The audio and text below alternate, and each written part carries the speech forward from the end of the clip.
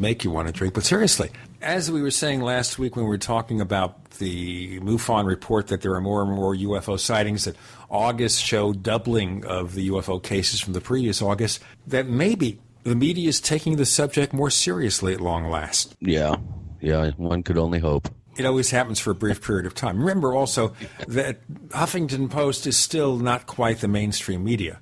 It's not the New York Times. It's not CNN. It's not Fox News. It's more of a smaller kind of service. But it's interesting that they are actually showing that. Maybe it does show. Well, you wouldn't know how that they were small by the amount of money that AOL paid for them. Well, that's true. That's true. But you have to think here. AOL, by the way, is a very large news portal. They've got one of the largest sets of eyeballs, the largest audiences online of the various news services. So to have a serious story about UFOs and about a UFO film, that is very interesting, regardless of the outcome, because they're also quoting the Mutual UFO Network there. Let's go back to this very quickly before we get into our main guest. When you went to the MUFON convention, the West Coast, was it? You saw the Irvine. Mixture of the serious UFOs with the wackadoodle stage. Well, it wasn't as bad as I'm sure it's going to be at some point. I think these groups, especially the state group, MUFON groups, are really attempting to be all things to all people, and they're trying to attract a more diverse audience by having astrologers and numerologists and people that are into the subjects that we discuss here on the Paracast, but not exclusively UFOs, as their mission statement says. They're about the scientific investigation of UFOs. And what does an astrologer have to do with that? I mean, for that matter, the whole abduction and crop circle phenomenon, we don't really have any definitive proof that they're connected to UFOs. So, with abductions, though, you have to think, well, if someone says they're being abducted by aliens, there is that connection. Maybe it's not a connection, but it appears to be on the surface. Yeah, circumstantially, sure. But, where's the scientific investigation of that? Except for a few dubious claims of artifact removals. I've never seen, with all these artifacts supposedly being removed from people, these implants or whatever, where's the definitive results, scientific results of testing and determining what these objects are, besides, calcified pieces of foreign matter that somehow worked into a foot or behind in the hand or whatever. I don't see a direct link that's been, unequivocally linked to UFOs. So maybe I'm getting crusty and more cynical in my old age, but I think, getting back to your question, though, there was an amazing turnout there. And then back in February when we had the UFO Congress, I mean, it was standing room only. I remember, sure, I was there. Yeah. I think that there is an upsurge of interest in these subjects. And, it kind of does a bell curve. When you see an upsurge of interest, the media takes more notice. That tends to, I guess, suggest to people to look up a little bit more. The more you look up, the more you see, and it's almost like a self-feeding process, and it ebbs and flows. I mean, when Close Encounters came out, we had an upsurge of sightings, for instance. So I think the media has something to do with it in terms of popular movies that come out. Well, the other thing, it's called the publicity flap, I guess, where you have coverage of UFO events, so people may look to the skies and see more things. Or they were holding in the details of their sightings, but they see other people reporting those sightings, so they feel more or less constrained. Rather than being constrained not to report them, they feel encouraged to talk about them. Yeah, and that makes sense. Well, certainly it's one thing that's happening. So we have a publicity flap, and that's why it's so difficult to gauge the occurrence of UFO activity. Because as long as there's an unknown number of people out there who will never report their sightings, we have no way of knowing how many there really are. Exactly. I've often heard the figure 1 out of 10 sightings are reported, bannered about, but we really don't know. And it's interesting when, like, for instance, Peter Davenport, I love this. He I don't think he'd ever seen a UFO before, to my knowledge, and all of a sudden, even the head of the National UFO Reporting Center is reporting a UFO. So maybe we are in the midst of a little mini flap, and we're not even, we're not aware of it. Maybe the UFO nauts are trying to catch us up. Saying, hey, all these UFO researchers are running around saying they never saw anything. We're going to change that. You never know. One subject that we haven't covered as much as maybe you expect on the show is ancient astronauts. We've had a few shows about it. We tried early on to bring on an ancient astronaut expert. I remember back in the old days, 2006, 2007, of the Paracast. You think 5 years ago was the old days, where we invited a guy named Jason Martell, is it? And he disappeared. We were ready to record, and he disappeared. So what happened to him? I don't know. He just never responded. We were ready to talk to him on Skype. We had his Skype name and everything, and never showed up, never responded to email. Of course, maybe it was because the Paracast had a reputation, then is now, that we're not going to just give guests a pass. We're going to ask hard questions. Yeah. We'll bring on people that other shows will interview and just sort of softball the questions, and we'll ask them things they didn't expect to be asked, and we'll sit back and wait for the answers. Yes, we'll bring our own trickster on. No, that's not my trickster voice. That's my demonic voice. The Shadow knows. Yes. Well, we have coming to us from his residence in the UK, Philip Coppens, and the book is called Actually, I think he's in Belgium, isn't he? Well, he's in the UK now. Oh, okay. All right. But he has a book out called The Ancient Alien Question, and Eric von Daniken wrote the introduction. Yep. So hey, I see that ancient alien in the title. Boy, that's a pretty hot buzz term here lately in the United States. So, pretty smart titling. And one more thing: if you have a comment or a question, write us news@theparacast.com. Once again, neighbors, that's news@theparacast.com. Philip Coppens coming up next on the Paracast.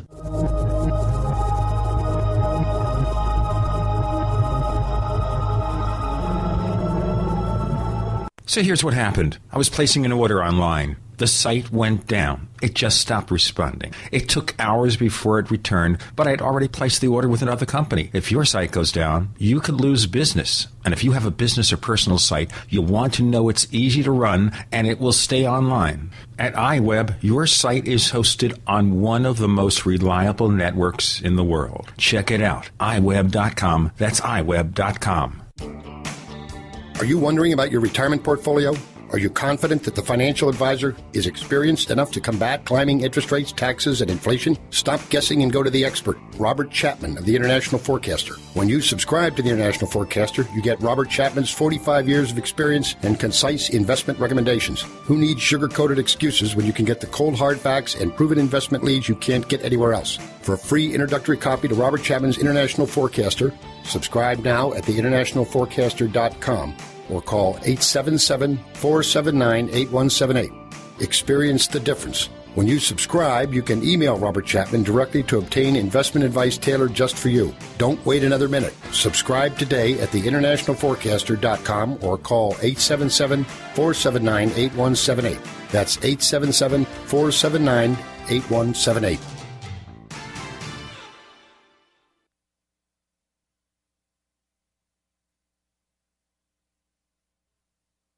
For centuries, silver has been used as a powerful natural antibiotic, and as a listener to this station, you probably already know the benefits of using colloidal silver. With so many websites to choose from, finding a reputable, patriotic company with great products at affordable prices can be a difficult task. Introducing UtopiaSilver.com. UtopiaSilver.com carries the best, most effective, and most affordable colloidal silver and colloidal gold products in the industry. UtopiaSilver.com also carries products to fit your lifestyle, including weight loss, immune system defense, cleanses, herbs, joint and bone care, and much more. First-time customers using promo code GCN50 will receive 50% off all colloidal products. Visit us today at Utopia Silver, that's UTOPIA Silver, utopiasilver.com, or call 888-213-4338. That's 888-213-4338. UtopiaSilver.com, taking back America's healthcare one American at a time.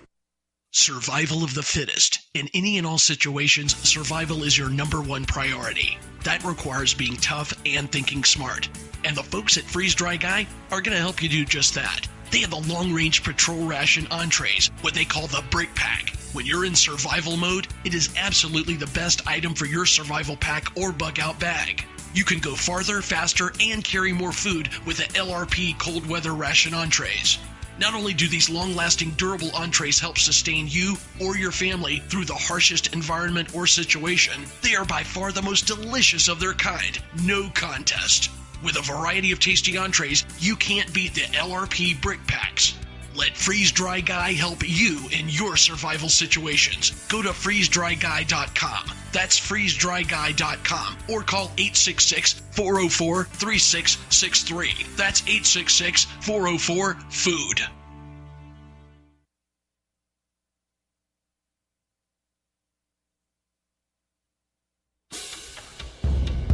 We'd like to hear from you. If you have a comment or question about the Paracast, send it to news@theparacast.com. That's news@theparacast.com. And if you'd like to catch up on past episodes, we have hundreds of shows for you to download, direct from theparacast.com. That's theparacast.com. Or check us out at iTunes. We explore the amazing mystery of ancient astronauts. Now, I first read about the legends of E.T. possibly visiting us in thousands of years ago in a source, an unlikely source. I don't know whether our guest Philip Coppens knows about this particular source, but the book Flying Saucers Have Landed by Desmond Leslie and George Adamski. We all think of George Adamski talking of meeting E.T. in the desert, the California desert in 1952. But the first part from Desmond Leslie was about ancient astronauts. And then later on, there was a series of articles called Extraterrestrialism as an Historical Doctrine by someone named Yonah Fortner, also in the 1950s, talking about legends of E.T. in ancient times. Philip, did you ever hear of either of those people, Yonah Fortner or Desmond Leslie? Well, actually, the first one, Fortner, I haven't, but Desmond Leslie, yes, I am very familiar with him, as well as, of course, George Adamski. Okay, let's kind of start with your background. Are you basically a writer, researcher? How did you get attracted to exploring these mysteries? I'm a background of an investigative journalist, and most of what I did involved really hard political, quite often intelligence agencies, kind of bringing stories to the world which you wouldn't find without doing some investigation, hence why they're called investigative journalists, I guess. In the early 1990s, I came across a story which I wanted to dig deeper because I felt that there was more of a story there. And basically this was in the run-up to the Kennedy assassination's 30th anniversary. And the story involved Lee Harvey Oswald, the alleged assassin of Kennedy, Lee Harvey Oswald. And he had come from Russia a few years before. And while he was in Rotterdam waiting to go to New York, there were certain incidents there which I felt needed to be some more digging. And in the end, actually, some of that material which I dug up was used in a congressional committee to question whether or not they should reopen another investigation into the Kennedy assassination. And at that moment in time, there were still things like news clipping services. And one of the news clipping services which were coming in involved a story or the claim of a guy called Bill Cooper, who basically said that Kennedy's limo driver in Dallas had turned around, had shot Kennedy in the face with a gun, then turned around again, continued driving. And the reason why this had happened was because Kennedy was about to spill the beans on the existence of extraterrestrials on planet Earth and things like Roswell and various other things. Obviously, I'd heard of UFOs, but I would by no stretch of the imagination call myself to be an expert, let alone knowledgeable. So I began to delve into that, library books which were available, and one of the first ones was actually Billy Meyer and his story. So I kind of began to look into that, realized that there wasn't really too much going for these stories. But I certainly think that Cooper is something largely dismissed. Oh, absolutely. And I mean, the story that somehow the limo driver was able to turn himself around to shoot Kennedy was absolutely impossible. And don't get us started about Billy Meyer, please. Well, actually, maybe I would. But, in the time which came there, I basically was asked by a publisher to stop being an investigative journalist and come and work for them. And amongst the several books they did were two which they wanted my help on with promotion to the English language. And one of them involved the megalithic civilization, and the second one was a book on the mystery of Rennes-le-Chateau. There I was digging into those, delving into those, studying about ancient civilizations. Basically, to cut a long story short, less than 2 years later, I became the founding director, editor-in-chief of a Dutch newsstand magazine called Frontier Magazine. At that moment in time, we called it Frontier 2000, which was all about esoteric alternative history and topics, UFOs, crop circles, all of those things. Even though I'm no longer directly involved with the magazine, I'm very proud that a few months ago, we actually celebrated our 100th issue. So that, in a somewhat long story, is a almost 20-year-long adventure in the alternative. Okay, let's talk about the adventure of the ancient astronauts. How did you begin to cover this? Did you check the books? Did you do some on-site research? What did you do? The very first exposure was actually to what I was doing. And it was a story of a German tour operator, Hartwig Hausdorff, who had proven that there were indeed pyramids in China. There had been rumors about, but nobody had really come up with real evidence. And in 1994, the Soviet bloc had basically just crumbled. He had been allowed access to go into China, and he basically reported on the fact that he had seen the Chinese pyramids themselves, and he had taken photographs, and he had spoken to people who had been involved with his scientific research. He was publishing in German, and I wanted him to help get this story out in English. And so this was pretty much what I was doing. And in fact, once Frontier became a publisher, one of my mission statements has always been to help people who are either challenged through no fault of their own, but sometimes simply through a language barrier, to get the message out to a larger audience. So early on, it was very much just reporting and basically, fact-checking that what they were reporting was accurate, telling, like certain things, reporting on stories which were out there. And then it's like one day, probably without realizing it, you also become an investigator. You go off on subjects which you feel nobody else is looking into, and you're beginning to do your own research. As I've always been, would consider myself to be still an investigative journalist. That is still something which I do today. I'm confronted with things and investigate them. Now, as an investigative journalist, to whom did you send your stories? Where were you published? Originally, they were published, obviously, in my own Dutch magazine.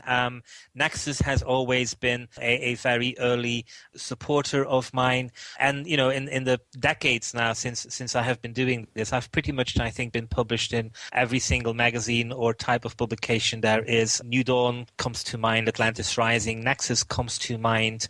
Fortune Times I have had articles in, Italian magazines. To some extent these days, I quite often find myself being translated in magazines or on websites and have absolutely no knowledge of them ever asking me to run a translation of an article. But yes, it has definitely been quite a wide range of publications which have taken my articles since. What attracted you to the subject of possible ET visitations? Did you ever see a UFO? I have never seen a UFO. And maybe that's an attraction in itself. But basically it was the fact that there are, when I started looking into the libraries, trying to find evidence and trying to find books on certain things. The books of von Däniken, the books of other people were always there and were always consultable. And what I recognized in the work of von Däniken was, even though he doesn't have the background of an investigative journalist, his books are very much written from the perspective of an investigative journalist. People always say that von Däniken comes with theories, but that's not the case. Von Däniken analyzes certain bits of evidence and then asks questions, and sometimes will say, okay, this is, in my opinion, evidence of an alien visitation. But he will never go into details as to kind of like say how he lived there, when exactly he came, from which planet he comes. That's more the bailiwick of the likes of a William Bramley, and very specifically of the likes of Zechariah Sitchin, and to some extent of Robert Temple. We'll get into more of that with a moment. Philip Coppens joins us. Ancient astronauts are on the table.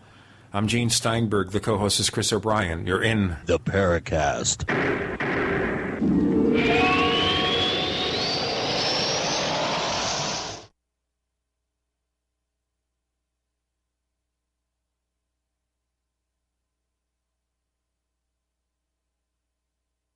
America's #1 source for independent talk radio for over a decade.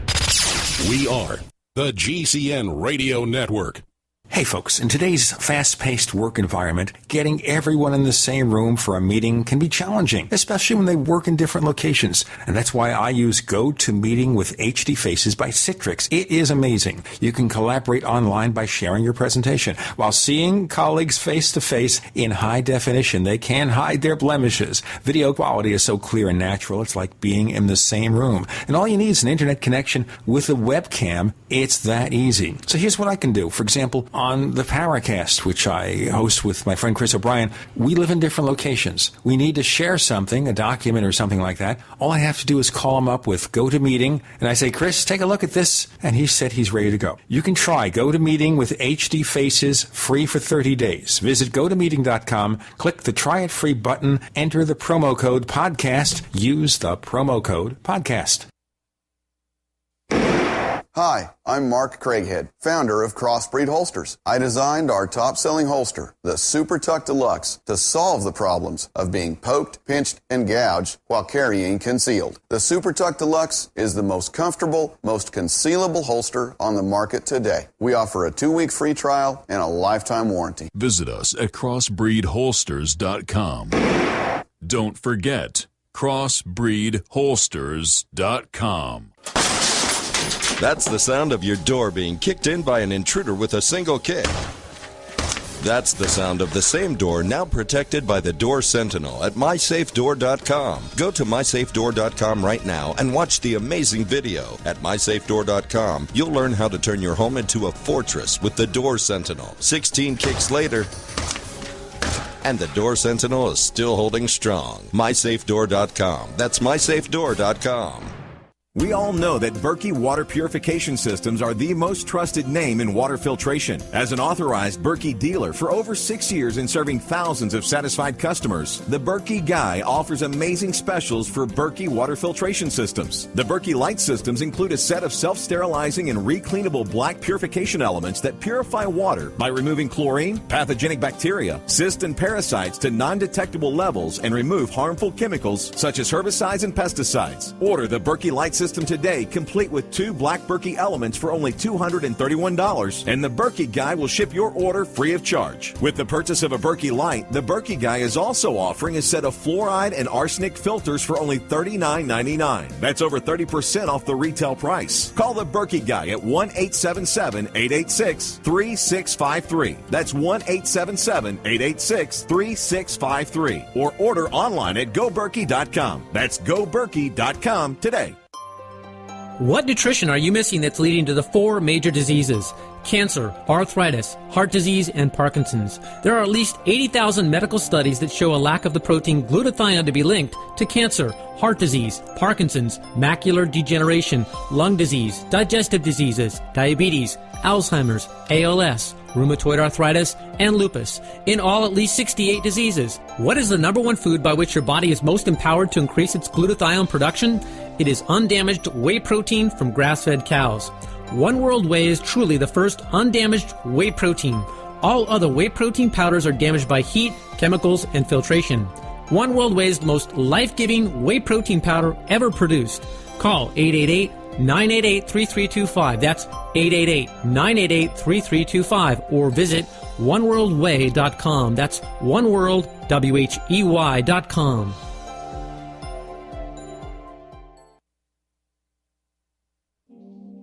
Hi, this is Don Ecker, and you are tuned into the Paracast. Let me tell you what, you're going to hear stuff here that you probably won't hear anywhere else. Hear that, George Snorri? With Philip Coppens, we are exploring E.T. not necessarily today, but a long, long time ago, in the same galaxy, in the same reality. We've seen these books, especially Von Daniken. He wrote the foreword to your book, so obviously you do accept what he does.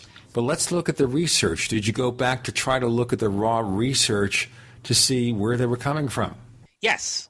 My book is not so much just all kind of like, trying to get all the evidence which ever anybody has written on anything. I go for trying to make a case for the fact that we have been visited and the possibility that we have been visited and creating a framework for this. So it's not an encyclopedic work, nor could it ever be an encyclopedic work. But I did look at the best available evidence, and I also obviously brought in some of my own research, which I have done over the years, some of it which has been published, some of it which hasn't, and basically show that sometimes people are right and sometimes people are wrong, and sometimes people have gotten it half right and half wrong. Some of the things which people will swear by, I will not swear by. Some of the things which other people have rejected, I actually felt that I had to resurrect. And one of the things which I feel people have discarded way too quickly is the story of the Chinese Roswell. In short, this is a story which came about, people think, around the 1980s, when people were reporting on the so-called stone discs of Bayan Karaula. Would you explain what that means in more detail? Yes, the stone discs of Bayan Karaula is the story about stone discs which have been found in a remote part of China. The story goes that they were discovered in the 1910s or the 1920s by people basically on an expedition there, and that in 1962 a Chinese professor was able to decode inscriptions on these discs, and that these inscriptions basically said that the people who were lying next, the corpses of the people who were lying next, or the bones, the fragments of bones of the people who were lying next to these discs, were people who had, in the very remote past, crashed on planet Earth in a spacecraft, that two such crashes had occurred over a number of thousands of years, and that, at least in one instance, the survivors of this crash began to intermingle with the local people. Why I say that this story has been removed too quickly from evidence of potential ancient alien visitation is that in 1978 a book appeared which was called Sun Gods in Exile, and the person writing it pretended as if his book was nonfiction. And a number of years later he said, well, I pretended it was nonfiction, but it is fiction. And this story talks about this exploration, about the stone discs of Bayan Karaula. And so you have people who say, well, you see, we were taken in, it's now all been discredited. Well, that is absolutely simply not the case. The earliest references to this story in the Western media go back to 1962. There is, evidence of newspaper clippings from Germany that this story appeared in the German press in 1962. And probably the reason why it appeared in 1962 is because the story goes that in China in 1962, somebody made this discovery. Now, all of this work is done by amateur archaeologists, amateur historians, because scientists have said that they know, just as with the UFO thing and so many other things, including life after death or, name it, that there is no evidence whatsoever that these things can be true, because they just know. And so no scientist has really had the time or the effort or taken the effort to go there to China and discover more. But we know that it is not a hoax dating from 1978. There were newspaper reports everywhere in 1962 saying that this decipherment had occurred. Now, could it be Chinese propaganda? Maybe. But there were news reports in 1962. Now, the possibility, if not the likelihood, that this isn't Chinese propaganda is what happened in relatively recent times. In 1997, the Chinese government wanted to have a census because at this moment in time, there are 1.3 billion Chinese. I do not know how many there were a decade ago, but there were an awful lot. And the Chinese government wanted to know how many precisely and how they were structured in groups and tribes and where they were living. And so one day they come across a tribe which to them forms an enigma. They are very thick-skulled, they have pretty much deeply inset eyes, and they look weird. And so the scientists try to explain this, and they basically say that they think that they look so weird because of lead poisoning or some other kind of thing. And internally, these conclusions are contested because basically lead poisoning kills. It doesn't cause a genetic mutation. And so the Chinese scientists in charge of this investigation have to conclude that they have no known origins as to why these people would look so weird. Well, guess where these people have been found? These people have been found in the very region where the stone discs of Bayan Karaula were found. We know that people in the past, were believed to have been intermarried with these creatures from elsewhere. And so that we find in that very region bizarre-looking creatures actually adds extra weight to it. Now, once again, we need to have scientists who are willing to look at this because the area we're in right now involves DNA research. And all of these things are simply incapable of being done without the help of science. But, let me ask you a fast question, Philip, before we go on. Have you actually tried to make an effort to go to these places on site directly to see what's going on? The person who is trying to do that at this moment in time is a guy called Hartwig Hausdorff, and basically he has a track record of trying to get far more done with the Chinese authorities than I ever will. 15 years into trying, he has still not gotten the proper authorization forms to go there. They don't want to allow this? As with so many things, the first question he is asked is, why do you want to speak to these people? You either lie or you tell the truth. And when you tell the truth as to why you want to speak to these people, guess what? Authorities are less inclined to give you permits because they know trouble will come. By default, these questions will lead to trouble. One thing I want to mention is the fairly obscure photograph that I've seen just in a couple of places of two what appear to be alien-looking humans that are said to be the last real remaining, I think, full-blood versions of these supposed visitors that were shipwrecked in China several thousand years ago. Are you familiar with that photograph? They're sitting, it's a male and female sitting side by side, and if they're 5 feet tall, I'd be really surprised. Very, very short. Yes, and, the photograph is reproduced in my book. Yeah, and I wanted to mention that it's a pretty rare photograph, but just looking at those two individuals, it kind of makes you wonder. Absolutely. As I said, the photograph is reproduced in my book, and it's one of those things whereby it becomes clear that something quite interesting is going on here. Again, this isn't speculation. These people clearly look weird. The reason why they look weird is there has to be an explanation for this. Now, you might say that there are more mundane reasons as to why this might be the case, and maybe one day we will indeed find out that this is the case. But we need to explore. And right now, the best available evidence does suggest that we should take them on their word, which is that they are saying that they are from basically mixed alien blood. So unless science can disprove that, to me, in all logicness, this is what we should be going for. Well, you can take a DNA test, though, to determine that. Well, yes, but again, this is requiring science to cooperate. Science well, that's always a big deal. Isn't that also the biggest issue with regard to nailing these theories and mysteries down, is to getting traditional science to do the real research, not just dismiss it out of hand. Do the research. As I said, do the DNA test. See if there's something there that indicates there's something unknown about this.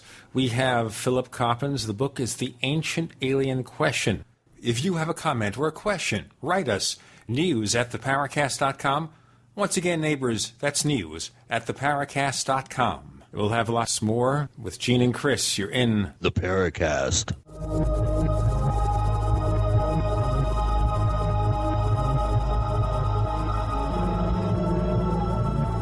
Are you tired of searching for great talk radio? Something more important. Search no more. We are the GCN Radio Network.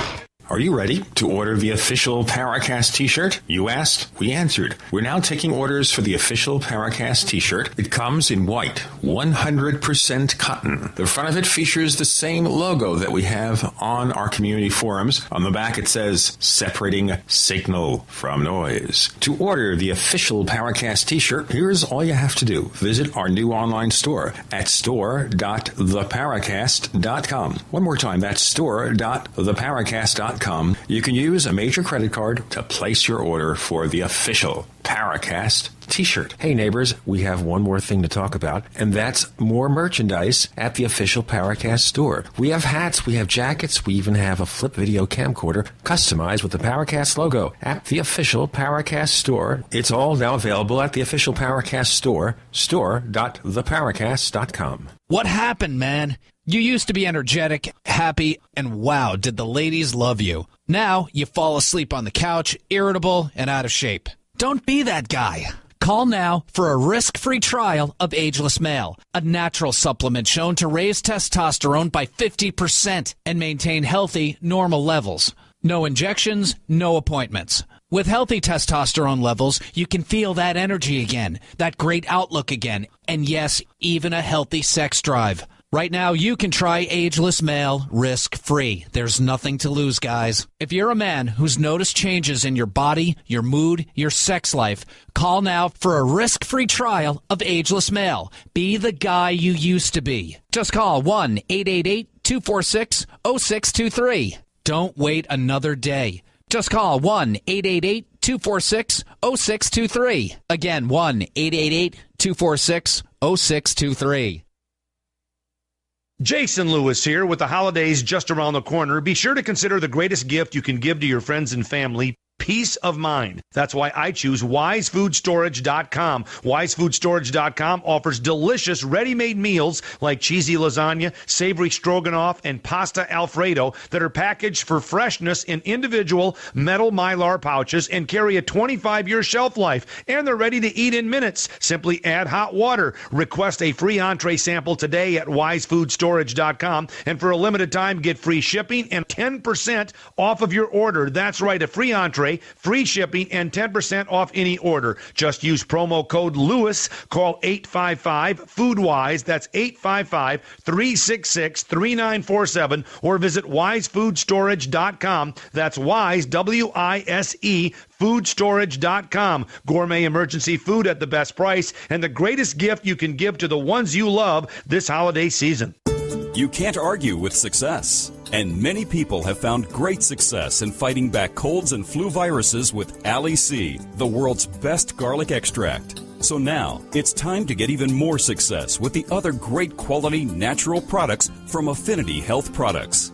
Like C Energy Liquid Vitamins, Lose and Snooze, and the One Day Diet. Or Human Growth Hormone Support, Menopause Specialist for Women, and Joint Specialist. See these and many other quality Affinity Health products for men and women online at AffinityHealthProducts.com. That's AFFINITY healthproducts.com. Or call in your orders at 877-888-7126. That's 1-877-888-7126. Trust your health to the makers of Ali C, the world's best garlic extract. Affinity Health Products, the finest and most innovative natural health products available.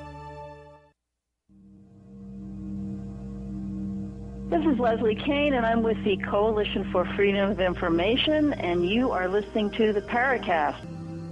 Philip Coppens is our guest. Ancient Astronauts on the Table with Gina and Chris on the Paracast.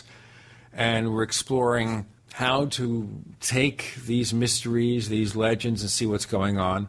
And as you see in the question I raised before we retreated for a couple of seconds there, how do we get mainstream science to do the DNA testing and all the other stuff to prove whether this is the case, that ancient astronauts came here, whether they interbreeded with Earthlings, etc.?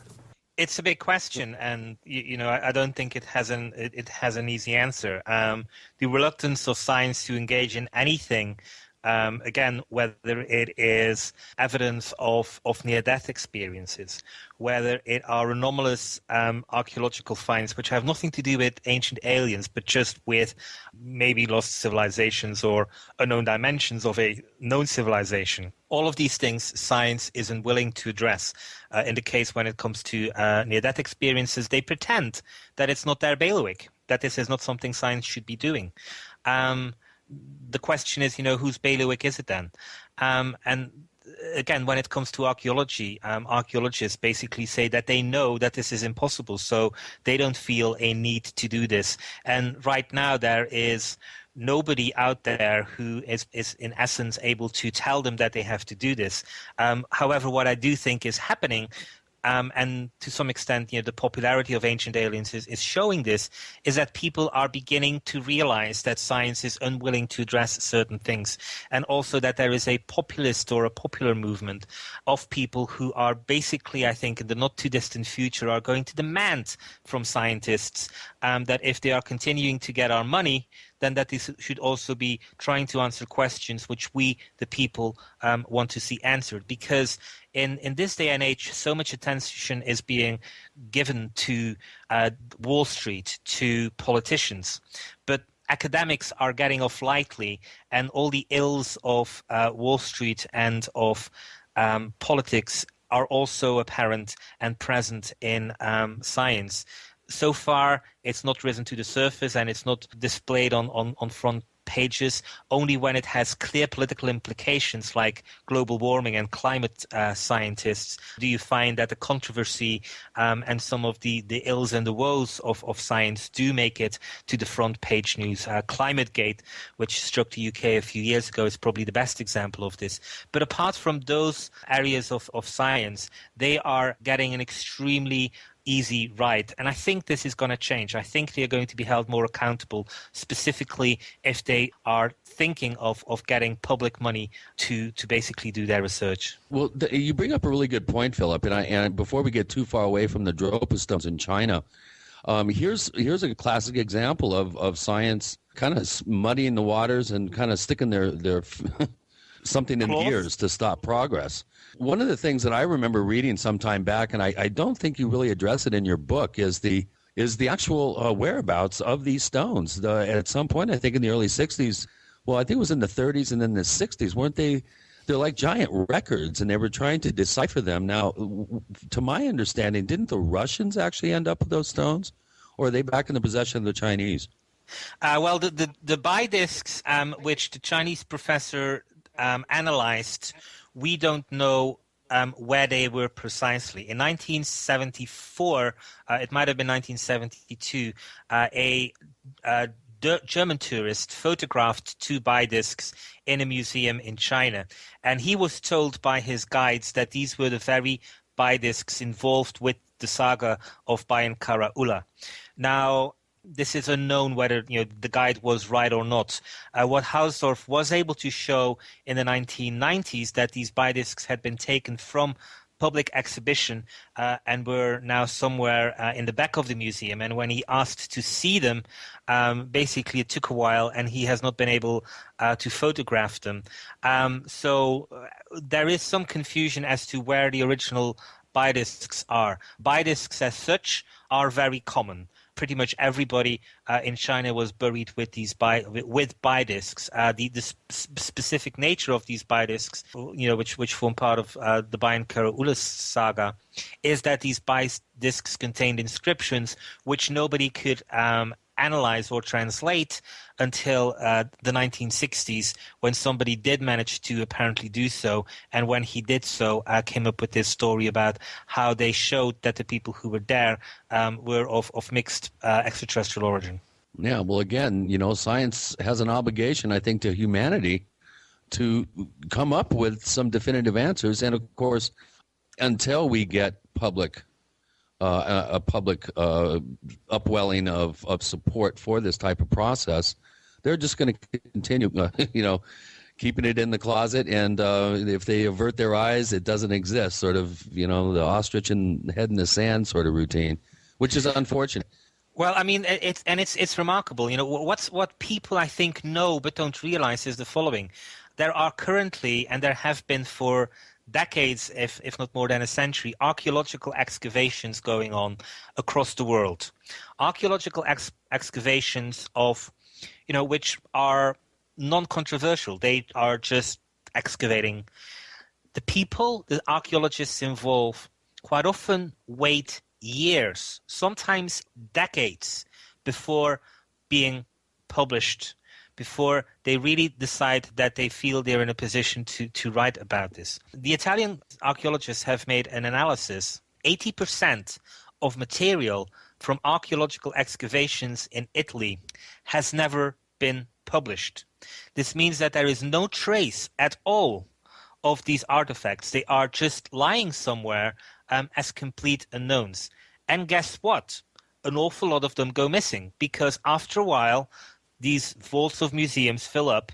People, come in and they say, well, what is this stone about? And they kind of go, oh, we don't know. Nobody's ever published anything about this. Oh, how long has it been here? Oh, 70 years. Oh, let's ditch it. We don't need it. And so that would look great on my mantle. Yes. Oh, it's Christmas. I could use that as a paperweight. It's Christmas. I have forgotten to give a present to my son. Here is one.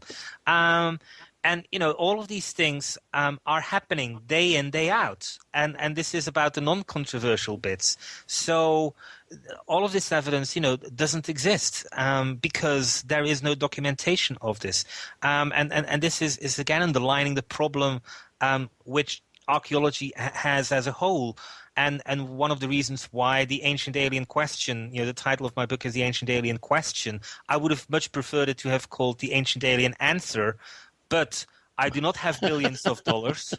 And because I do not have billions of dollars, I cannot employ universities to do my bidding for me and basically give me answers. I rely still on scientists to give me the answers, or at least some of the answers.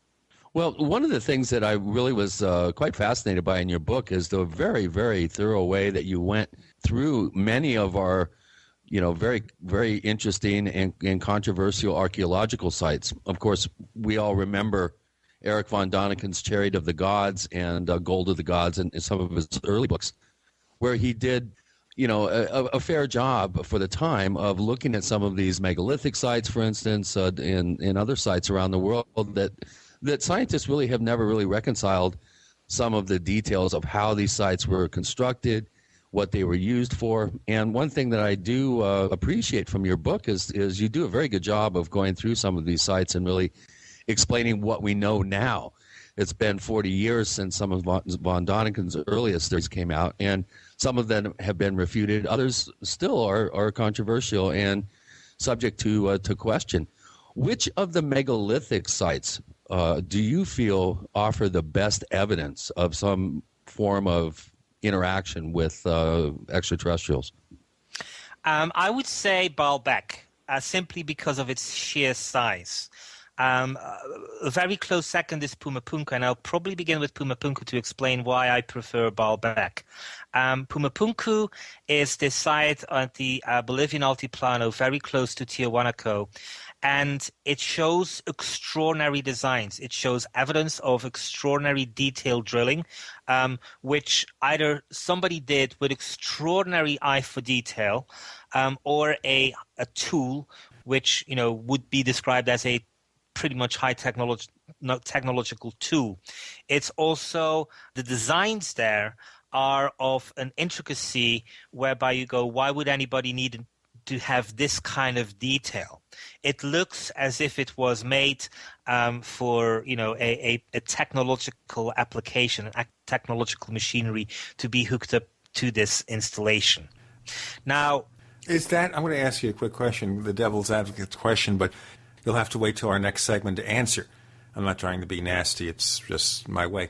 And that is here, how do we know this isn't one of these one-off things that somebody built a model of something and it may have some kind of artistic merit but had no technological value? And we'll explain why I said that in a moment. We have Philip Coppens with Gene and Chris, so you're definitely in the Paracast.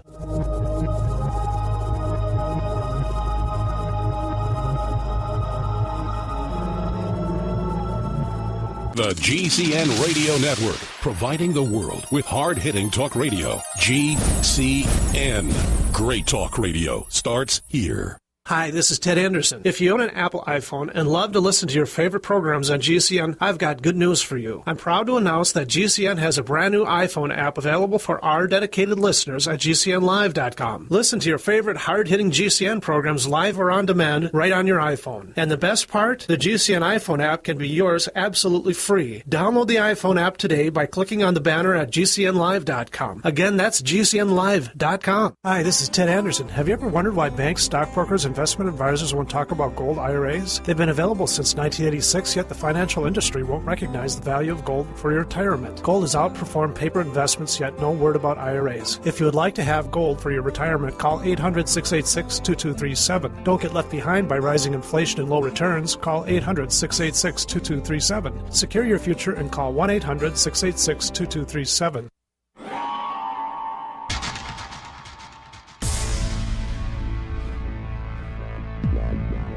Welcome back to the Paracast, the gold standard of paranormal radio. And now, here's Gene Steinberg. With Philip Coppens, talking ancient astronauts and other stuff with Gene and Chris in the Paracast. So the question I raised, kind of the devil's advocate look here. When you find these strange artifacts like something that looked like a little tiny primitive helicopter, like a toy some years back, could these be just toys, something someone imagines rather than something real? Parts. Well, precisely, and this is the reason why, Puma Punku is up there very highly.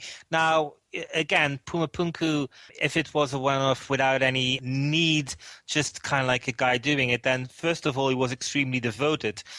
He was also allowed to do so on sacred ground. And third of all, he did have technological tools at his disposal to do so. So it's not just that this was a guy freewheeling in his garage somewhere in the back lot of an unknown, boring suburban kind of prehistory. But with Baalbek, this changes. With Baalbek, you cannot go for the easy answers. Baalbek incorporates stones which weigh up to 2 tons. There are stones there, several of them, which are over 1 ton. These stones. Now wait a minute. They're 200 tons. I think the trilitholon is how big is the trilitholon? There are stones in the platform which are up to 1,200 tons, and there is one in the quarry which is basically 1,900 tons. What we have is stones of enormous weight. The question is, how did these get transported? They clearly were. And at the end of the 20th century, basically there was no technology in place which could transport these. There was technology which could lift it, but not lift and transport. Yet somehow these were moved into place. They were lifted, they were taken from the quarry to where they eventually ended up. And that is the kind of stuff whereby you go, okay, scientists, please explain this. And science doesn't even address it.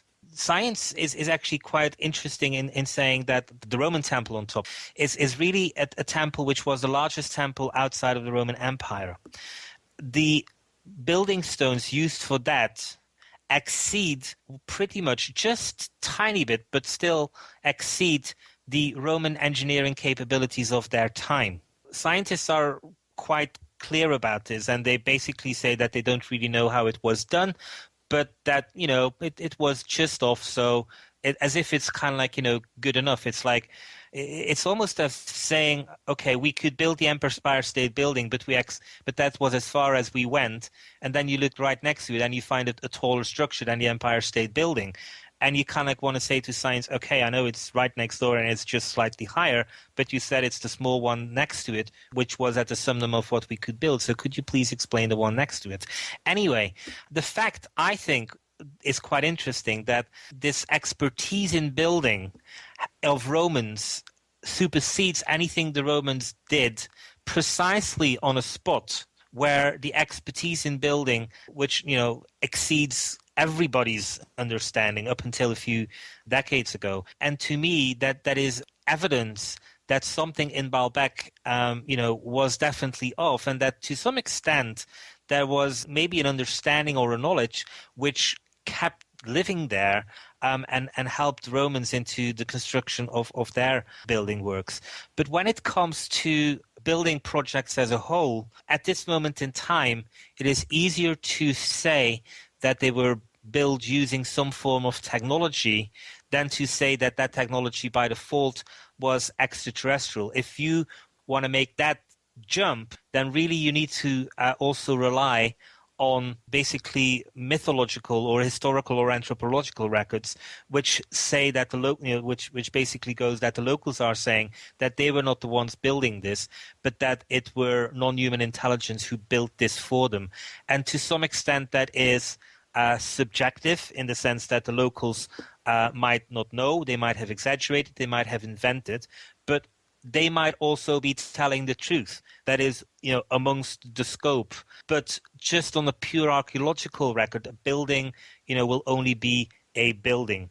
And it's a two-edged sword.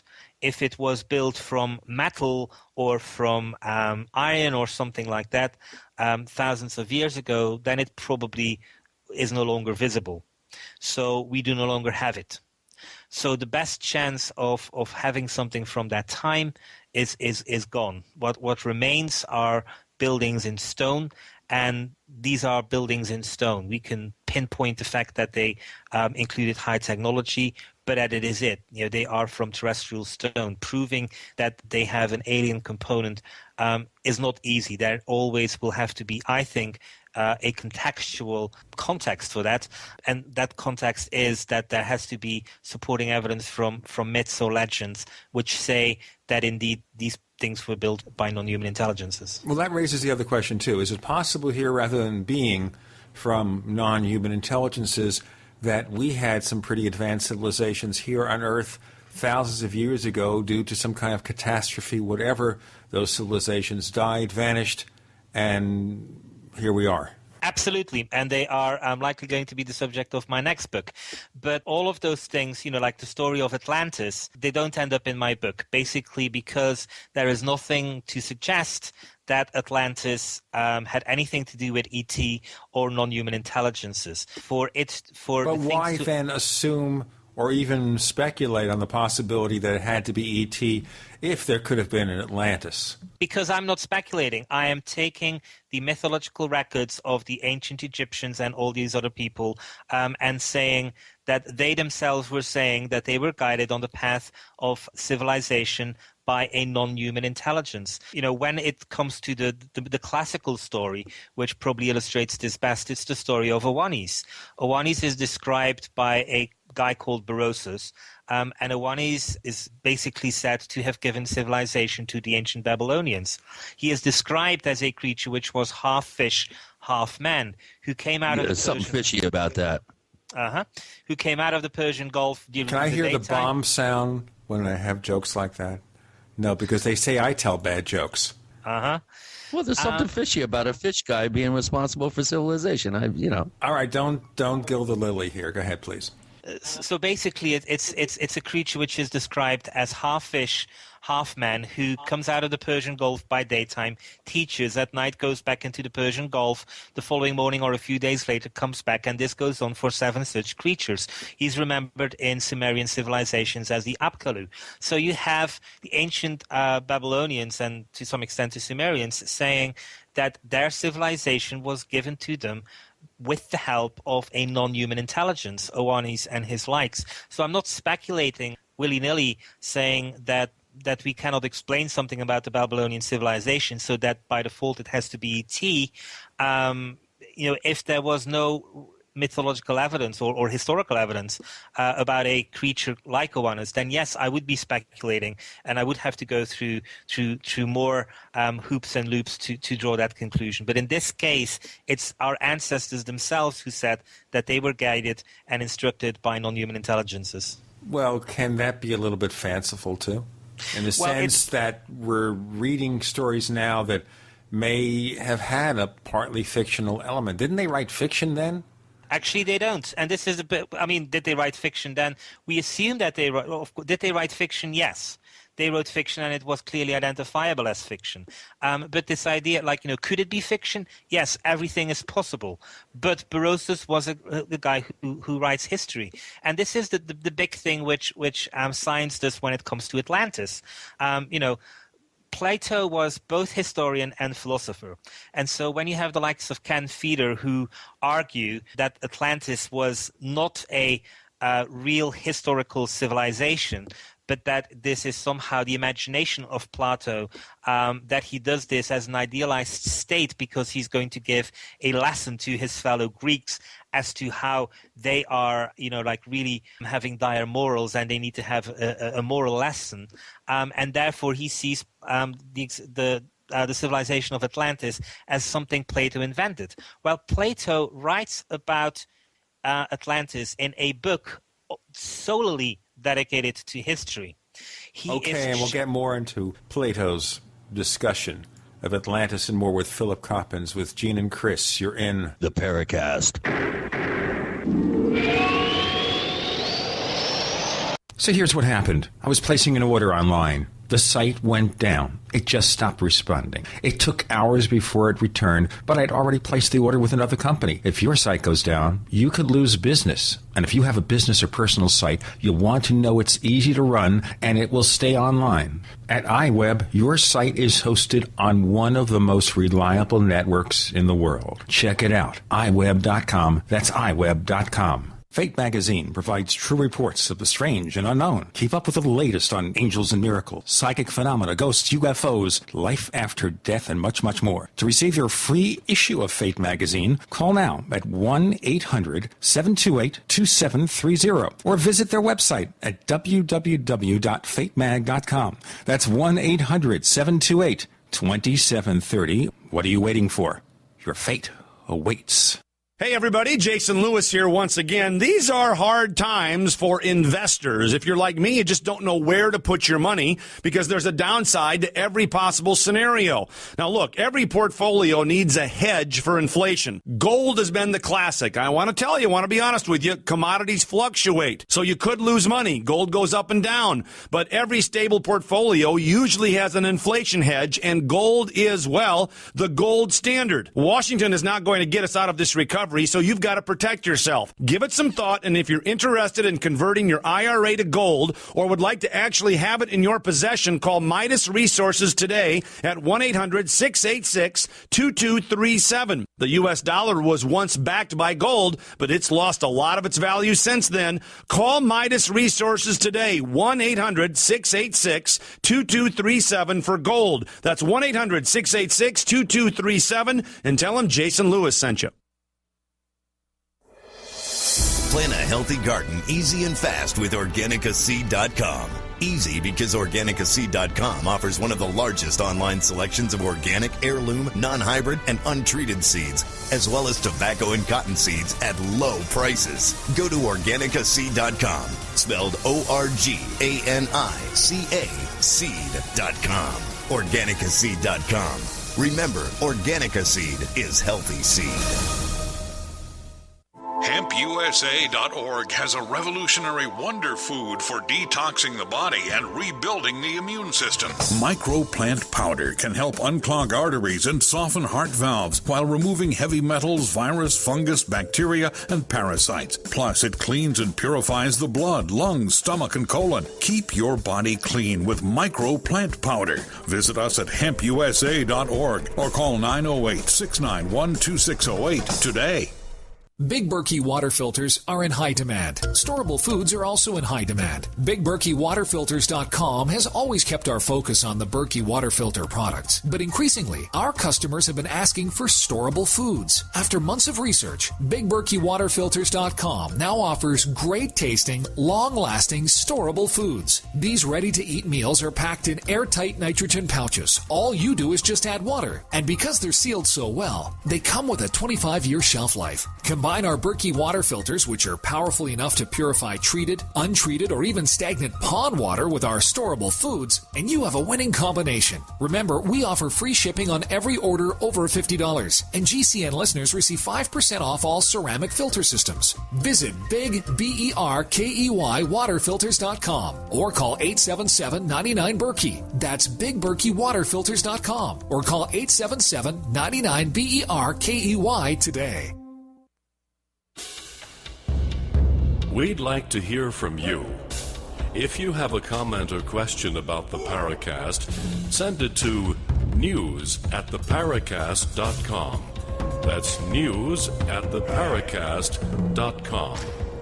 And if you'd like to catch up on past episodes, we have hundreds of shows for you to download direct from theparacast.com. That's theparacast.com. Or check us out at iTunes. Atlantis and more, ancient civilizations. What was Plato talking about, writing about? With Philip Coppens on the Paracast. So let's continue that discussion. Let's take it further. So this book was a book about history, factual history, and if this is thrown in there, therefore we assume, Philip, this has to have been intended as factual information. Yes. And so at one point, what the scientists are then saying is, well, Plato is pretending. It's like Dan Brown, in the Da Vinci Code. At the beginning, there's this line of these are facts. And then, some of them don't turn out to be facts. And so they're saying this is exactly what Plato is doing as well. Fair enough. That could be. But simply because an archaeologist thinks that something is possible doesn't mean it's possible. You need to stick with the evidence. And the evidence is that Plato is saying that this is history, so you should stick with it until you can prove it is not. The assumption doesn't work the other way around as people want to have it. Now, the killer is this. Even in his own time, people in Athens are skeptical about what Plato is saying. And these skeptics jump in a boat and dash off to Egypt because this is where Plato's sources have heard about Atlantis. And they arrive in Egypt, they go to the temple, they speak to the priest, and in the full hope that this priest are going to say, I have no idea who you're talking about, I have no idea what you're talking about. Do you want to have a drink because you've come such a long way and, have a pleasant journey back? Well, what the priest says is, yes, I remember that person coming here. I can show you the column and the walls on which these myths and stories are told. And so what happens is that his skeptics go back to Greece, and when everybody, unfortunately for them, asks them, so how did it go in Egypt? They are fortunately honest enough to actually confess that what they indeed were confronted with was the fact that these stories existed on the Egyptian walls. Now, again, let's be devil's advocate here and say that this is not necessarily evidence of the existence of Atlantis. But what we are confronted with is the fact that the ancient Egyptians told Plato, as if it were and could be history, that there was a lost civilization of Atlantis. This is evidence. This is proven to be the case. Now look at what the archaeologists are saying. They're saying that Plato made this up. That is simply untenable. And they do this trick time and time again. They focus in on certain things. And the reason why, it's great to have you as the devil's advocate. And we all need to be devil's advocate. But the reason why there is this specific desire to be a devil's advocate in explaining things away is because scientists have been doing this all too often and have been getting away with it all too often. The reason why people in the past were writing about Atlantis, were writing about Zeus, were writing about all of these myths, which we considered to be myths, is because what they were saying is this. Our ancestors, and in our own times, saw strange things. We are writing down these things because the reason why we're writing down these things is because we want to leave a record to our descendants that reality seems to be far weirder than our eyes seem to suggest to us. And so we hope that you have a continuous record of the fact that weirdness, if it were to happen in your time, just doesn't originate in your time, but that has been happening for a very long period of time. Now, let me jump. Philip, before you go on, I want to get back to Gene's question real quick and kind of put it into a slightly more applied context here. Let's say that there was an Atlantis. Let's say there was Lemuria. How do we know that these ancient pre-antediluvian, I guess, cultures didn't have high technology? They didn't have power tools. Maybe they had some sort of exotic ability to hover huge megalithic stones with sound is one theory that I've heard. And this would then put the whole idea of alien intervention or some sort of off-planet or extraterrestrial intervention, would be a moot point, because if perhaps humans did at one point in the very ancient past have exalted technology. That's one area that I think a lot of people who look as you do creatively at this ancient alien question, you have to factor in that possibility. I do and I don't. First of all, I don't, because the topics I'm talking about do not date back to 20, 30,000 years or however old you want to do Atlantis. The Atlantis question begins to take effect basically 9,000 BC and further back in time. So when we're talking to things like Pumapunku, we're definitely on this side of that divide. Now, you would then begin to maybe argue, which you can, that there were descendants of Atlantis, but I would then argue, where is the evidence? The evidence today is there, which says, whether it's in Babylonia or in other, not all civilizations, but several of them. But again, let's stick with the Babylonian one, because that's the example I have been using so far for ease's sake. The Babylonian tradition about Oannes is not saying that they were given the gifts of civilization from some lost civilization of Atlantis or some other thing. They were saying they were given this gift by a creature which was non-human. That is the evidence. All the rest we can speculate about as wildly as possible. And, is it possible that there are, let's say, that there is somewhere evidence of a lost civilization of Atlantis and that they had high technology and that this evidence is somewhere on this planet? I think the answer is probably yes. But that yes doesn't mean that we can extrapolate that yes to, whatever number we're going to use. Let's say five artifacts. It could be 1,000, it could be one. It doesn't matter. But the 5 artifacts which do fall in that category, you cannot extrapolate and then say, oh, well, this proves that that this applies to everything. That's simply not the case. There is evidence. Yeah. You can't use that broad of a brushstroke, obviously. But perhaps there were vestiges of this technology that did survive into the ancient cultures that we now know definitively that existed. The Sumerian, the Harappan culture, Egypt, obviously, maybe some ancient Mesoamerican cultures. So perhaps these are vestiges of information and technology that then disappeared. We don't really know. I just find it very, very intriguing that you would have similar myths that are found around the world that do suggest that there has been some sort of intervention on some level. Of course, Viracocha comes to mind, Quetzalcoatl in the Mesoamerican systems, and others in the East. So where do we go? I mean, how do we, if we can't get science to come forward and do the proper work and do the proper analysis of these sites and publish their work in a timely manner, I mean, what recourse do we have other than to write books and scratch our heads and speculate? Before your head is scratched any further, and maybe we don't want to build up the sores there, to be graphic about it, let me tell our listeners, if you have a comment or a question about the show, write us, news@theparacast.com, news@theparacast.com. The book from Philip Coppens is called The Ancient Alien Question, a new inquiry into the existence, evidence, and influence of ancient visitors. You're with Gene and Chris. You're in The Paracast.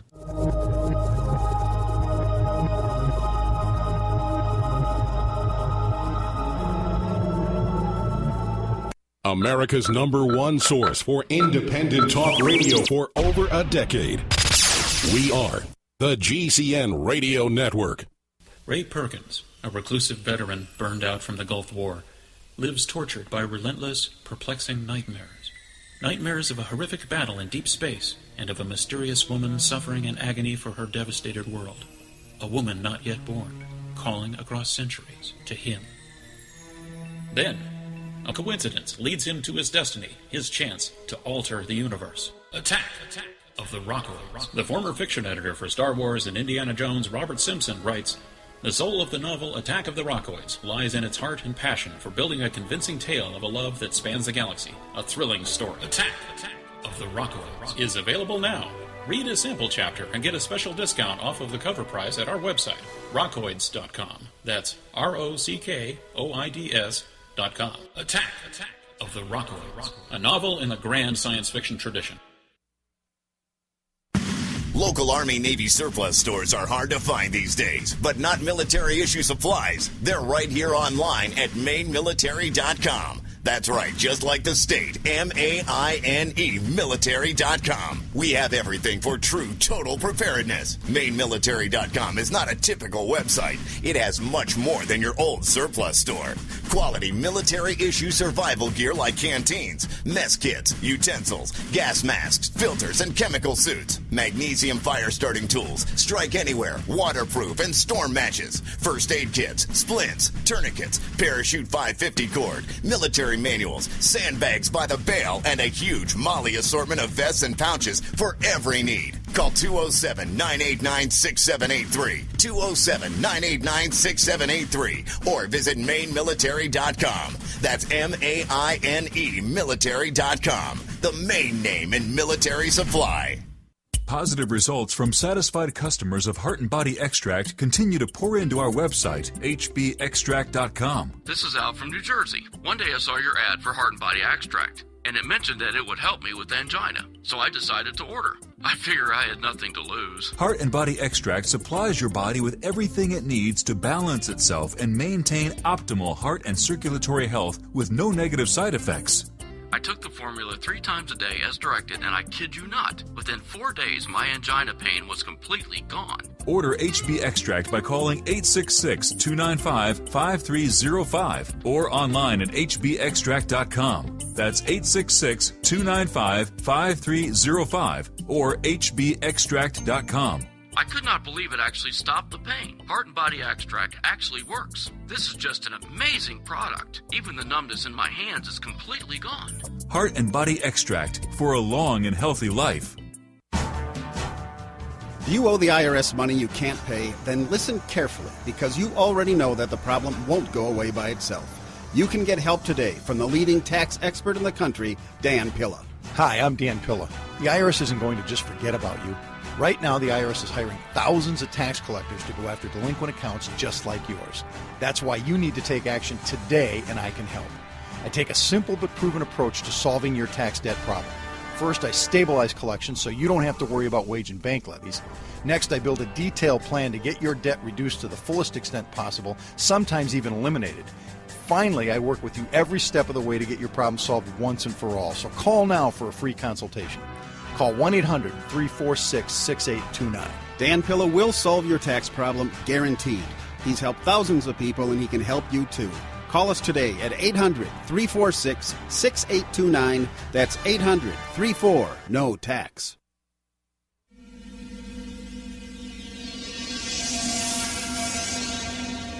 This is Hilly Rose, and I hope that you do listen to the Paracast, because you will learn a great deal about the paranormal. We continue with Philip Coppens about ancient astronauts and focusing on a lot of different questions, as is his wont. Chris O'Brien asks a lengthy question. We give you the break to figure out the answer. Philip, what's your answer? Well, let's go back to 1968. Eric von Däniken writes Chariots of the Gods and asked 237 question marks in that book. 45 years later, some of these question marks are still out there because science hasn't addressed these things. Now, that doesn't mean nothing has changed. So I used the example in the book of the Nazca lines. The Nazca lines in 1968 were something nobody had really heard of. There was a lone German woman called Maria Reike who almost single-handedly protected these lines. And Eric was told that he should go there and look at them. And what he does is he says, okay, this is interesting. These lines are clearly meant to be seen from the sky. He also points out that sections of the geoglyphs of the Nazca lines look, and the keyword is here, like an airport. I want to ask you something, but maybe phrase this in a little bit of a story, I'll tell you. Okay? Now, I know what Eric von Daniken says about the Nazca lines. Here's another story for you. Jim Moseley, publisher originally of Saucer News and Saucer Smear, used to go to Peru to, as they say, acquire artifacts for sale. Okay? He calls himself, quote-unquote, a grave robber of ancient graves. Yona Fortner, the guy I talked to you about before, the guy who was writing about ancient astronauts, back in the late 50s or early 60s, they went to Peru. Jim financed Yona's trip to Peru. And understand, Yona suffered from polio as a child. He was handicapped, was wheelchair-bound, so this was rather difficult. He somehow, or had his assistants, go up on a ladder to look at the Nazca lines. They could see it. They didn't have to be way up in the sky. What's your response? No, you don't have to be way up in the sky to see them, but as a whole, they are meant to be seen from the sky. There is clearly a difference between seeing them from a ladder and seeing them from the sky. I'll get to a point which kind of like, makes this even more apparent. When we are, in 1968, and von Daniken puts this out there on the big canvas, he is basically, confronting scientists with the fact that, A, they have no scientific publications about this. They have never looked at this. So they begin to do the investigation. Now, where are we roughly 45 years later? We have scientists out there who are saying that, in their opinion, these geoglyphs were indeed meant to be seen from the sky, and they are pointing out that it is, in their opinion, quite likely that the people of the Nazca culture, who, by the way, was extraordinary, they were a pyramid-building culture, that these people had hot air balloons with which they took to the sky and basically looked to the geoglyphs from their hot air balloons. And they have basically identified sections near the geoglyphs whereby it is believed that actually the hot air was created to power these balloons with fire. Now, when you look at the skeptical scientist, he will say, well, von Daniken said, first of all, he will not say like an airport. He will say that von Daniken said it was an airport. And he will say, you see, we've proven von Daniken wrong. No, what we have proven, if anything, is that von Daniken said these things were meant to be seen from the sky. And now we have scientists who are saying, actually, there is evidence to suggest that the people who were part of this culture actually did have flying capabilities. Now, at no point in time, at this moment in time, is there any evidence to suggest that this was ET. So in that case, the ancient alien question has a negative answer. But he has pushed science, first of all, into forcing them to, address the issue and go and explore these things. And I think after 45 years, science has been looking into some of these things, but it has not looked at all too detailed in some of these things. And again, when they are confronted with the ultimate thing, when they can't almost get underneath it, they will do so just as a reaction to Ancient Aliens because of its popularity. You have students who are asking their history professors and their archaeology professors in American universities. Yeah. And their answer is, we know. And when the students ask, well, how do you know? The professors say, we know. So say it louder. And you know what? It sounds like The Shadow, in the movie The Shadow, where he always says, the shadow knows, or I know. Right. Well, here's another one, Philip. How about the kite flyers? I remember some years back, I saw it in, I think, National Geographic. They had found some graves in the Nazca area that featured interned bodies with their giant kites. And one theory was floated, I remember, that these guys actually were possibly directing the construction of the Nazca lines, flying on these tethered, very large kites. Yes, and other research which is happening, I think, in the California desert, is about the possibility that some of these stones which were used in the Giza Plateau also involved kites. So this kite technology is something else which our ancestors seem to have developed relatively commonly in our past to get around certain problems of of building or construction. So, again, but even when it comes to the kite technology, the people who are involved in this are amateur scientists who are begging mainstream science to get involved and on board with them, and they quite often interest television programs more easily to help them experiment and help them pay for some of the experiments that they're willing to do, rather than find scientists who actually should be more eager and definitely have more time and more capabilities of doing this. But it's slow progress. Okay, what is the official word from science about the Nazca lines? Just artwork? Well, there is no such thing as a consensus view. In fact, there are, and this actually isn't a theory from an acceptance scientist, from an official scientist, but Tony Morenson kind of did some research on the Nazca lines, and he basically felt that they were to be seen by the shaman during his out-of-body experience, and that he would fly over the Nazca lines as such. Again, everything about the Nazca lines, they say that they were scraped off and that they have been there for hundreds of years, and that is pretty much it. They have identified that there are certain places along those geoglyphs which had to do with ancestor worship. When you ask them what was first, there is no clear consensus view. When you ask them whether the geoglyphs were before the lines, or vice versa, there is no consensus view. There have been nearby structures found, including human remains, grave goods, and pyramids. There's a clear connection between those and the Nazca lines. But again, when you ask which specific phase of that culture would have done this, you get several answers, but no clear, uniform answer. And it is simply because science is not, addressing these things. If there is an archaeologist working on the Nazca lines and you ask him, so what are you doing? He will say that he's working on, slightly joking here, the west side of the fifth pyramid, and that he has no idea what's happening on the east side of the fourth pyramid.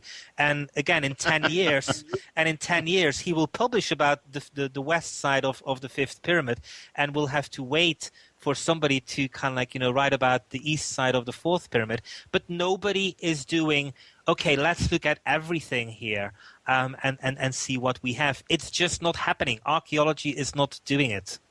They're basically treating them as separate events, not integrated. Yeah, it is so isolationist. It's incredible. Sounds like a case of tunnel vision. Go ahead, Chris. One thing we do know is, of course, one of the most famous postulations that von Däniken came up with was the famous lid of the first found Mayan tomb, the King Pakal, and the sarcophagus lid, which is 12 feet by 5 feet, I think, weighs 10,000 pounds. It's underneath the Temple of Inscriptions at Palenque.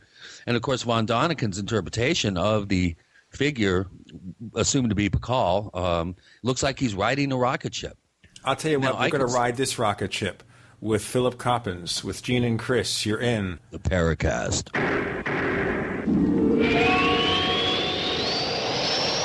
Are you tired of searching for great talk radio? Something more important. Search no more. We are the GCN Radio Network.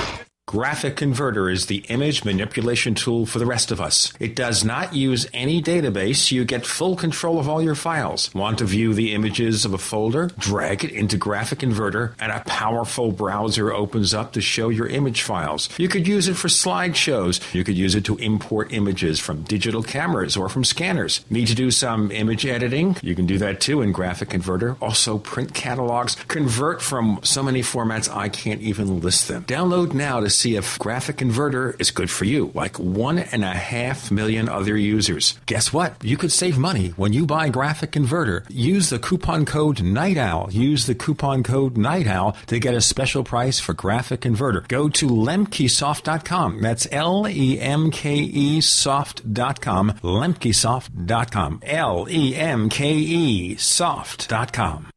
Survival of the fittest. In any and all situations, survival is your #1 priority. That requires being tough and thinking smart.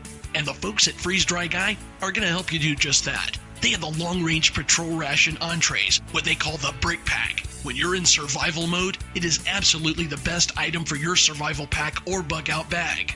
You can go farther, faster, and carry more food with the LRP cold weather ration entrees. Not only do these long-lasting, durable entrees help sustain you or your family through the harshest environment or situation, they are by far the most delicious of their kind. No contest. With a variety of tasty entrees, you can't beat the LRP brick packs. Let Freeze Dry Guy help you in your survival situations. Go to freezedryguy.com. That's freezedryguy.com or call 866-404-3663. That's 866-404-FOOD. We all know that Berkey Water Purification Systems are the most trusted name in water filtration. As an authorized Berkey dealer for over 6 years and serving thousands of satisfied customers, the Berkey Guy offers amazing specials for Berkey water filtration systems. The Berkey Light systems include a set of self-sterilizing and recleanable black purification elements that purify water by removing chlorine, pathogenic bacteria, cysts, and parasites to non-detectable levels and remove harmful chemicals such as herbicides and pesticides. Order the Berkey Light system today, complete with 2 black Berkey elements for only $231, and the Berkey Guy will ship your order free of charge. With the purchase of a Berkey Light, the Berkey Guy is also offering a set of fluoride and arsenic filters for only $39.99. That's over 30% off the retail price. Call the Berkey Guy at 1-877-886-3653. That's 1-877-886-3653. Or order online at goberkey.com. That's goberkey.com today. Hi, I'm Mark Craighead, founder of Crossbreed Holsters. I designed our top-selling holster, the Super Tuck Deluxe, to solve the problems of being poked, pinched, and gouged while carrying concealed. The Super Tuck Deluxe is the most comfortable, most concealable holster on the market today. We offer a 2-week free trial and a lifetime warranty. Visit us at crossbreedholsters.com. Don't forget, crossbreedholsters.com. That's the sound of your door being kicked in by an intruder with a single kick. That's the sound of the same door now protected by the Door Sentinel at mysafedoor.com. Go to mysafedoor.com right now and watch the amazing video. At mysafedoor.com, you'll learn how to turn your home into a fortress with the Door Sentinel. 16 kicks later, and the Door Sentinel is still holding strong. mysafedoor.com. That's mysafedoor.com.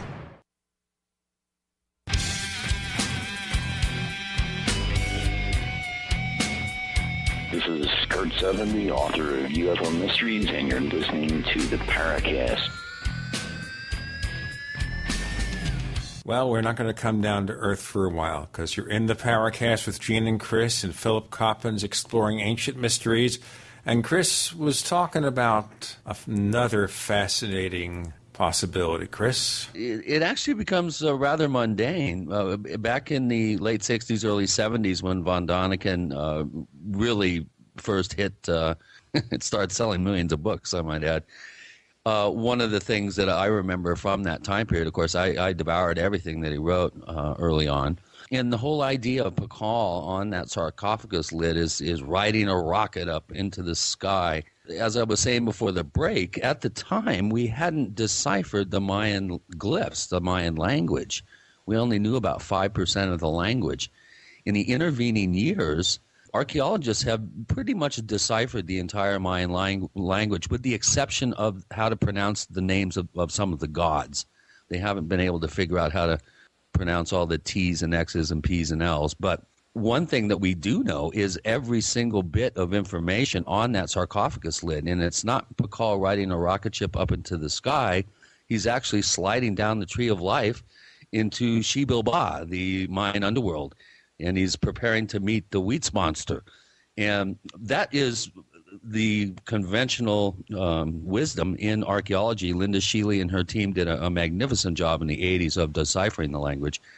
So in one sense, you're refuting, academia is refuting the interpretation by von Däniken of Pakal's lid, but at the same time, this is still being touted as evidence of, ancient Mayan being somehow connected with the stars and possibly ET. Where do you come down on that? Well, in my book, I go into that and basically show that as one piece of evidence where von Daniken has been refuted in his speculation. I think it's always extremely dangerous, and this is not just something to Eric's point, but to everybody's, to interpret a visual. The Lord Pakal thing is probably the most famous of it, but it happens also in the temple complex of Dendera. I didn't put it in the book because it was too complex to actually explain it, but it is on my website, philipcoppens.com, if you want to go into it. But in the Dendera case, there is this depiction in a chamber deep inside the complex, seldom visited by people because you need special permission, of people which seem to hold giant light bulbs. Light bulbs. They do look like light bulbs too. And absolutely, they exactly do like giant light bulbs. Just like when you turn Lord Pakal's tombstone around 90 degrees, it looks as if he's riding a rocket ship. But they're not light bulbs. They are. And again, it's actually too complex to go into here.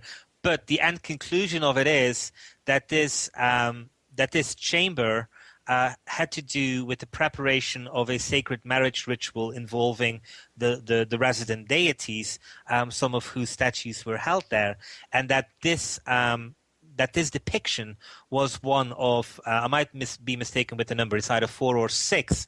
And when you put them all 4 or 6 in the proper context, you really have the preparation of the statue for its sacred marriage ritual, which is about to be performed. So when you take things out of context, or if you're just impressed by an image, then you might get it wrong, and it's always dangerous to speculate there. But again, I'm also of the conviction that an image alone, specifically when it comes to a drawing rather than a photograph, it cannot be there as the best evidence. It can be used as an indication or a possibility. But as soon as you were pointing out, the text get translated, you will either be quickly proven right or quickly be proven wrong. Well, another thing that in terms of enigmas, historical visual artifacts that are, in my opinion, most enigmatic, the Piri-Reis map, which you have a very, very good reproduction of in your book, by the way, that is, to me, one of the strongest bits of evidence that we have to push a case for some sort of ability to see the planet's surface from the air in an ancient time, way before there was the possibility of any sort of flight, because as most of our listeners know, the map, I think, comes from Turkey. It's probably a reproduction of another map. You go over the artifact very well in your book, by the way. But it shows the coastline of South America, and most importantly, it shows the coastline of Antarctica before it appeared to be covered with ice. Where do you come down on that? That's in my mind, one of the best, I think, most enigmatic artifacts that we have. Before you answer, Philip, believe it or not, Major Donald Kehoe, when he was speculating about UFOs coming from outer space, the Piri-Reis map was used as evidence of possible ET visitation and mapping many, many, many years ago. What's your take? Writing that aspect of the Piri-Reis map was extraordinarily difficult because the Piri-Reis map discussion could have become one of these things which took over the entire book. So I had to try and reduce it into its proper framework. And I really took on board everything which the proponents of the Piri-Reis map for its anomalous origins said, and I also took on board what all the skeptics were saying, because again we are confronted with a drawing. We're not confronted with there's analysis involved, and analysis by default is more subjective than some other things, than analysis by machinery, for example. But the indications to me are that at this moment in time, the Piri-Reis map and its showing of the coastline of South America and the coastline of Antarctica, it seems to be on the side of those proposing that this is indeed showing those coastlines of South America and the Antarctica. Now, it's not a battle which I consider to be completely won for those proponents. Again, there is room for interpretation, but somebody really needs to go into that Piri Reis map controversy with extraordinarily open focus and extraordinary detail before a rigid conclusion can be drawn. And that research hasn't happened. Right now, when and I tried to word this, basically I looked for the best evidence which the skeptics could throw at the Piri Reis map, and it falls short. They haven't been able to use their term, debunk it. What is the official skeptic explanation, or is there more than one? Again, there is more than one, but basically they are pointing out that it's not as clear-cut as some of the proponents of the Piri Reis map are saying. They're basically saying that there are still sections missing from the South American coastline, even if you take everything on board there. They're addressing some other problems. Nobody is saying that the Piri Reis map. Actually, but before I continue, actually one fun comment was when somebody was told that the Piri Reis map, showed all of these things. The only thing he had to say was that, well, in the following decades, there were better maps than the Piri Reis map, and it's like, that's not the point. It's like, yes, today there are better maps than the Piri Reis map. It's not at all the point. But the thing is that the Piri Reis map was good enough, and it's clear enough, and it's pointing out enough anomalies. And basically, the linchpin, the critical piece of evidence, so to speak, is that the southern section of South America of the Piri Reis map is either precisely that, and/or it's Antarctica. And that is kind of like the winning grace at this moment in time for the proponents that the Piri Reis map contains extraordinary information, because it is showing something. It is showing a coastline in detail, and it's not somebody's imagination. It's not somebody who just drew lines because he didn't know what was going on. It's clearly based on something, and that is kind of like the winning grace as to why really the debunkers cannot be shown to be right. But again, the Piri Reis map is a very tough one. There's an awful lot of analysis involved, and there needs to be done an extraordinary amount of analysis by somebody who's basically willing to devote his or her entire life to it before we are going to have a definitive analysis, which is probably going to be extremely controversial, and in my opinion is going to show that the likes of Hapgood and other people who have always said that this map contained anomalies, it's going to, I think, show that they were right. Now, I'll tell you what, right or wrong. We have Philip Coppens with Gene and Chris. You're in the Paracast.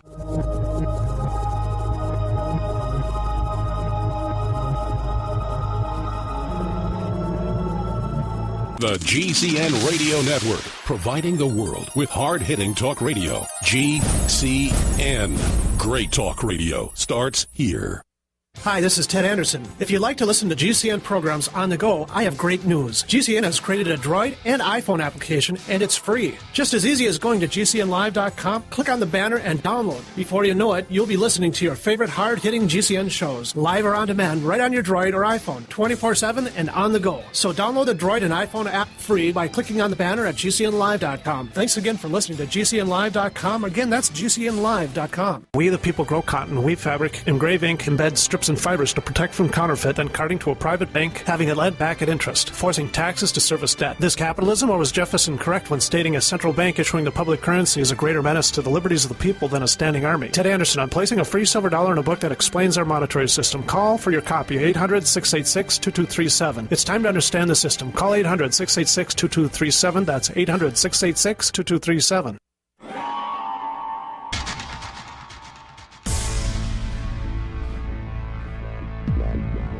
Welcome back to the Paracast, the gold standard of paranormal radio. And now, here's Gene Steinberg. In our final hour of the show with Philip Coppens talking about ancient mysteries, possible ancient astronauts. Now, this particular map, do we think it's based on older map source material? Can we take it back to earlier maps that may show so-called anomalies, Philip? Yes.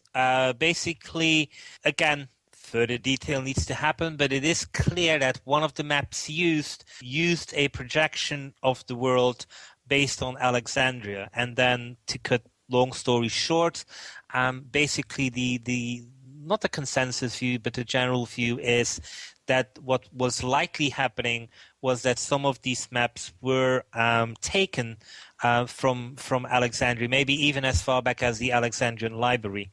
So some of this thing clearly says that there were ancient maps which Piri Reis used in the creation of this map. But where these maps precisely came from, some of them have been identified, but others have not. We know that stuff from the Alexandrian Library came about again in Renaissance time, specifically in Florence, Venice, and people who were sponsoring an awful lot of the expeditions to the New World can also be traced back to Florence and Venice. Amerigo Vespucci, for example, is a child of Florence.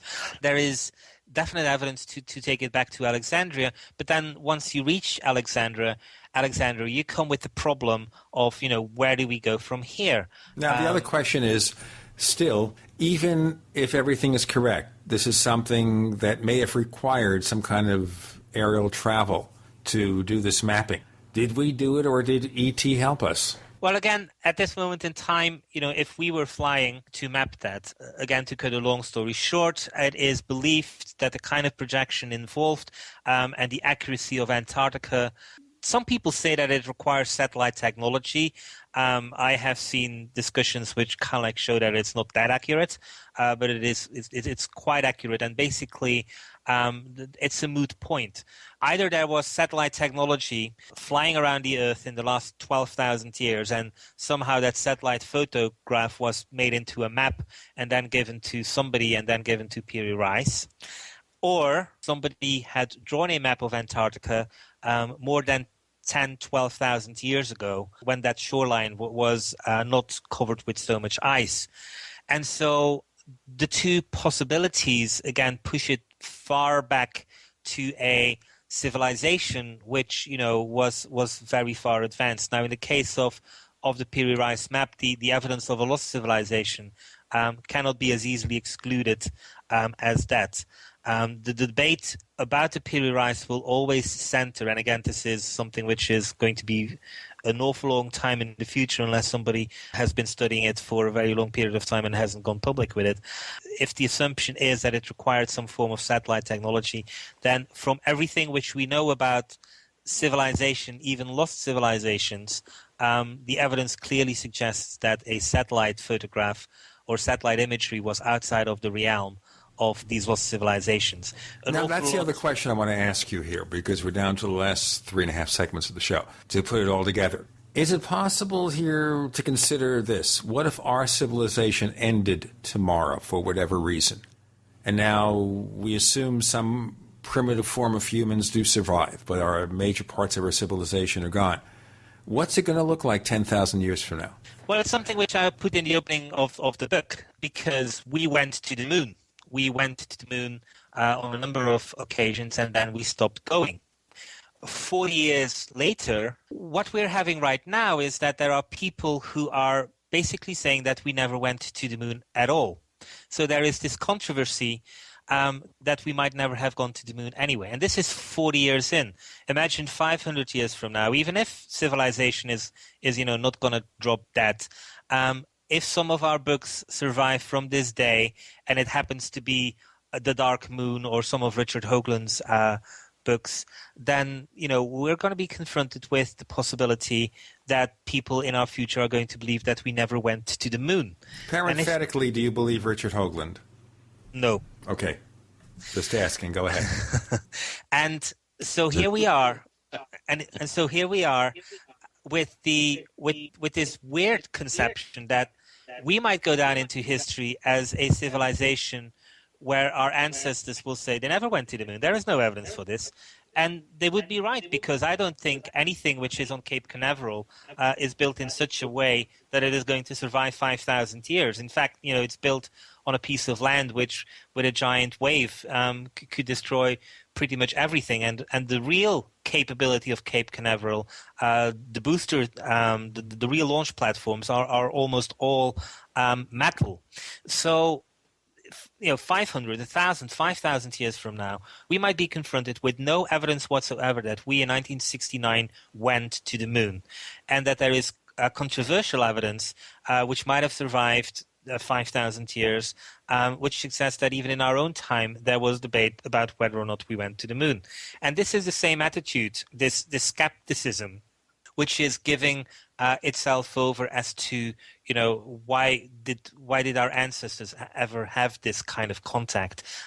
It is skepticism because we are debating what our ancestors were saying themselves. Our ancestors were quite homogeneous about the fact that we did go, that we had that we had contact with non-human intelligences. And I think what we need to have for the sake of humanity, not just for the ancient alien theory, but for the sake of humanity, is more acceptance that people, what they're saying is what they're saying, that not everybody is always lying. This is something which is becoming inbred in our society, and it's not helping us in any way or shape. We should be critical. We should be rational. We should be, to some extent, the devil's advocate. But those three should never mask or be, basically be an excuse to be skeptical. That is not serving anybody. We have a number of questions, a few questions from our listeners, because we kind of booked this too late to get a big response. But Chris, you have a couple of questions from our listeners about Philip? Yeah, I do. And there's a good one from one of our latest, new members from the forum here at the Paracast.com. And it's from a guy calling himself $6 Man. I'm not sure what that means, but I'm not like the $6 burger from Carl's Jr., huh? Well, I think maybe it's a $6 million man, sort of a play on that. But in regarding megalithic architecture, Philip, what about it points necessarily to ETs? Much has been said of the precision fit of stones in ancient buildings, like in Peru, as we were discussing earlier. And he's curious whether anyone has ever cut open one of these large megalithic blocks to look for hints that the stone was somehow deformed, whether by acid, sound, heat, or something else, sometime after its initial formation. He gives the example of like anomalous strata or grain in sedimentary stone, or oddly oriented crystals or magnetic particles that wouldn't exist under normal conditions of rock formation. Has any sort of geophysical work like that been done, do you know? The short answer is no, but obviously on some occasions these stones have collapsed, and people have looked into them, and from a visual analysis or an early exploration of them, nobody has done anything further with that. Really, the technology there is very much that these people were building these stones in a way that they realized that they were more resistant to earthquakes, and they were clearly aware that fitting them all together was going to be an extremely difficult task, but which they were able to pull off. When you say that, I kind of think we should get the information to Governor Brown of California, just in case the big one hits there. But seriously speaking, we have Philip Coppens. If you have a comment or a question about the Paracast, please let us know. Please write us, news@theparacast.com. Once again, that's news@theparacast.com. And by the way, we also have those great Paracast community forums at forum.theparacast.com. Once again, that's forum.theparacast.com. Pay us a visit. You're listening to Gene and Chris. You're in the Paracast. Are you ready to order the official Paracast t-shirt? You asked, we answered. We're now taking orders for the official Paracast t-shirt. It comes in white, 100% cotton. The front of it features the same logo that we have on our community forums. On the back it says, separating signal from noise. To order the official Paracast t-shirt, here's all you have to do. Visit our new online store at store.theparacast.com. One more time, that's store.theparacast.com. You can use a major credit card to place your order for the official Paracast t-shirt. Hey neighbors, we have one more thing to talk about, and that's more merchandise at the official Paracast store. We have hats, we have jackets, we even have a flip video camcorder customized with the Paracast logo at the official Paracast store. It's all now available at the official Paracast store, store.theparacast.com. When making important financial decisions, you should always know the facts. That's why Midas Resources is willing to pay you to read the facts. Midas Resources, a team of hand-picked financial specialists with decades of financial experience who are ready to provide you with state-of-the-art, up-to-date financial services. Midas Resources offers a host of services and stands behind their products. In fact, if you call and order their free Midas report, Midas Resources will pay you. This detailed report will provide you with financial history on the safest and most profitable areas to invest in. If you read the report, Midas Resources will send you a free Walking Liberty silver $50. So what are you waiting for? Get the facts and call Midas Resources toll free at 888-292-2709. That's 888-292-2709. And remember, if you read the Midas report, you'll receive a free Walking Liberty silver $50.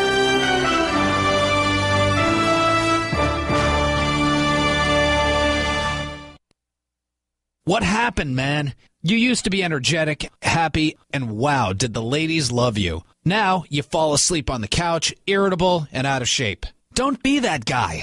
Call now for a risk-free trial of Ageless Male, a natural supplement shown to raise testosterone by 50% and maintain healthy, normal levels.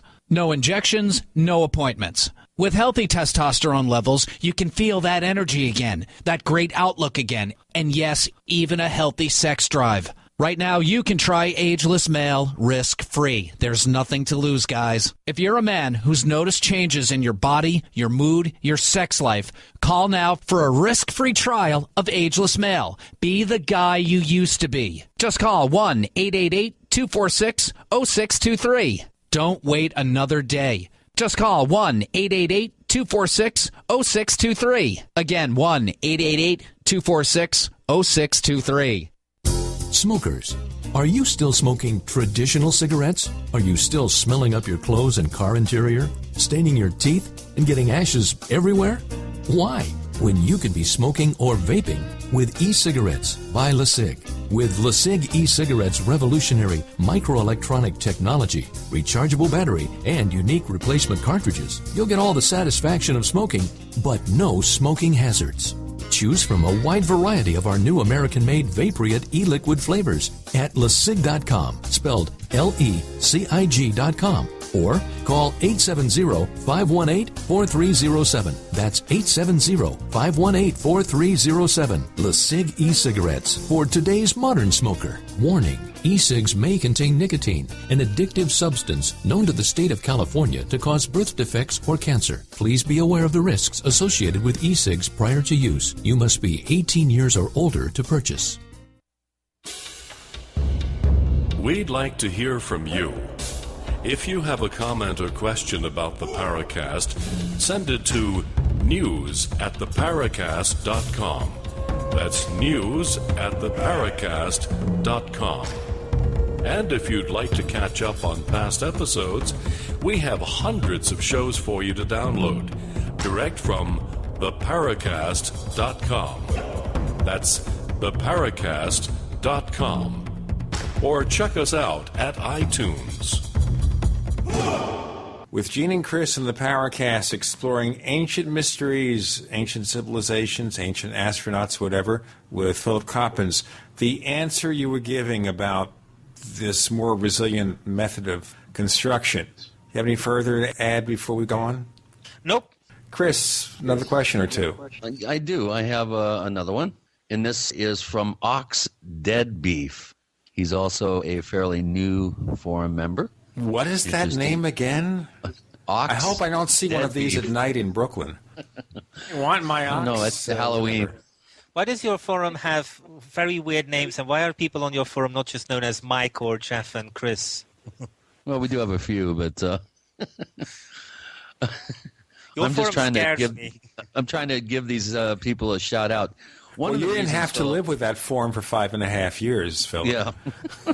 One of the reasons, Philip, is because we have a lot of scientists, people with sensitive jobs and lives that wouldn't necessarily be served by getting busted by someone doing a name check on and then finding them on a paranormal forum board. That's one of the main reasons why a lot of people we do have a very, very, very bright set of posters on our forum. Some that just they're too smart for their own good. But this is a really interesting question, and this is something that you kind of hint around at in your book there towards the end. I think it's the second to last chapter about DNA and genetics. And the question is, regarding the idea that earlier ancient man was genetically manipulated by an outside force, whatever, ETs, Middle-earth men, bog monsters from the moon, etc., what new developments or discoveries have been made during the last few years to indicate or support the idea that the human genome was tampered with? That's question one. Some sort of artificial marker or other abnormalities that would indicate outside influences or something the rest of the species on this planet share or we lack, or we have and they lack, perhaps. In other words, he's saying, I know that most species on Earth share 90% or something like that of the same genetic structure, with just a few tweaks or differences to make the diverse range of species that we see. So he's going off the assumption that now with the mapping of the human genome complete and thousands of scientists in biotech labs studying each gene sequence every day, looking for hidden gems that they can patent or sell off, and he uses an expletive after that. Perhaps something new or interesting has surfaced recently. Now, you mentioned in your book, and you go into some pretty good detail about the Martian meteorites. We had Dr. John Brandenburg on the show, who also was fascinating some of the information that he's gleaned over the years. He even suggested that the Precambrian explosion of life on this planet may have been seeded by Mars. What, to your knowledge, have there been any new revelations here in the past few years that may suggest a jump start in human evolution? Let's say, of course, the whole Zecharia Sitchin tinkering by Inkian and Lil comes to mind in his particular take on it. Do you know of any recent developments in genetics that might suggest we have some hidden markers or something? Or first of all, the Sitchin thing is something which I hold very little credibility or credulity out for. The answer is... Before you even go to that answer, why do you give Sitchin very low credibility? Because basically in the book I show that he was very selective when he sometimes cited sources, and also that he was wrong on some extraordinarily big things, which for years he didn't address his skeptics at. Two things, if you want me to go on Sitchin. Sure, first. I think I'd like to, before you continue with the answer, yes. Okay, so one thing is that Sitchin basically says that he could translate certain Sumerian words correctly, whereas scientists had mistranslated these. Yeah, well, like it's not Shem. a problem. Precisely. It's not a problem of mistranslation. The Sumerians had a lexicon, and so they defined Mu and Shem and all of these words in a certain way. The definition which they give to their own words is not what Sitchin says they are. These are not spacecraft in the Sumerian lexicon. We have that still at our disposal. So it's not a problem of translation. But the one thing which really made me lose all respect for Sitchin was when Sitchin is very hard on sources. He's really hard to track down. He doesn't like footnoting things. But I was lucky in one sense because I was intrigued. I was looking for the best evidence. And one of the best evidences which he uses for his thing is basically in the Sinai Desert, there is glass.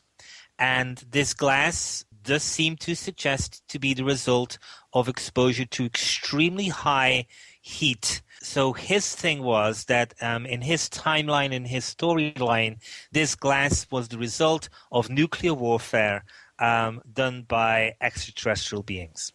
Well, for a number of books, this was just a standalone subject. And then he wrote a book which basically said that now scientists were agreeing with him and that there had been one report by a scientist which indeed said that he had explored all the possibilities to this glass and that it was indeed of an unknown origin. So Sitchin was saying, well, the scientist has explored all terrestrial possibilities. The unknown origin therefore has to be what I have been saying all along, which is that it is E.T. Well, fortunately, if God is out there, he was helping me on this search because Google is now such a fantastic tool, and this scientific publication was actually not protected by, these scientific journals' firewalls things, and it was freely accessible on the internet, which is how Google found it. And so when I started doing my initial Google searches, it came up quickly, and I could identify Sitchin's source, which I then was able to prove was indeed his source. In short, in the very abstract of this scientific paper, the person writing it says that the glass is the result of a volcanic eruption. What he is unknown about is the fact that there were 2 or 3 potential volcanic eruptions, and he cannot identify which of these 3 volcanic eruptions specifically was responsible for the glass in the Sinai Desert. This is in the abstract of the scientific paper. Sitchin is quoting from this abstract left, right, and center. And he either did not see the word volcanic eruption, in which case he needed a pair of reading glasses, or he specifically, intentionally distorted the scientific paper to suit his own needs. Mr. Sitchin is that, and I will leave it at the fact that he's simply wrong.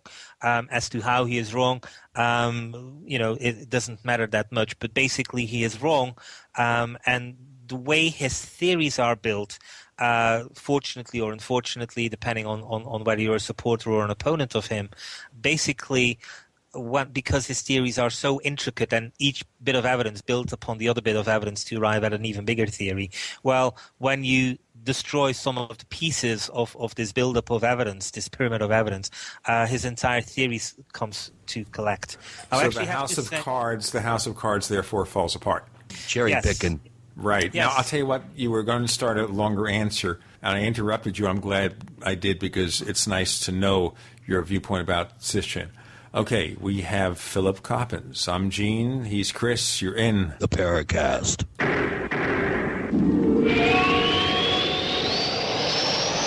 America's #1 source for independent talk radio for over a decade. We are the GCN Radio Network. Graphic Converter is the image manipulation tool for the rest of us. It does not use any database. You get full control of all your files. Want to view the images of a folder? Drag it into Graphic Converter, and a powerful browser opens up to show your image files. You could use it for slideshows. You could use it to import images from digital cameras or from scanners. Need to do some image editing? You can do that too in Graphic Converter. Also print catalogs. Convert from so many formats I can't even list them. Download now to see if Graphic Converter is good for you, like 1.5 million other users. Guess what? You could save money when you buy Graphic Converter. Use the coupon code NIGHTOWL. Use the coupon code NIGHTOWL to get a special price for Graphic Converter. Go to lemkesoft.com. That's LEMKE soft.com. lemkesoft.com. LEMKE soft.com.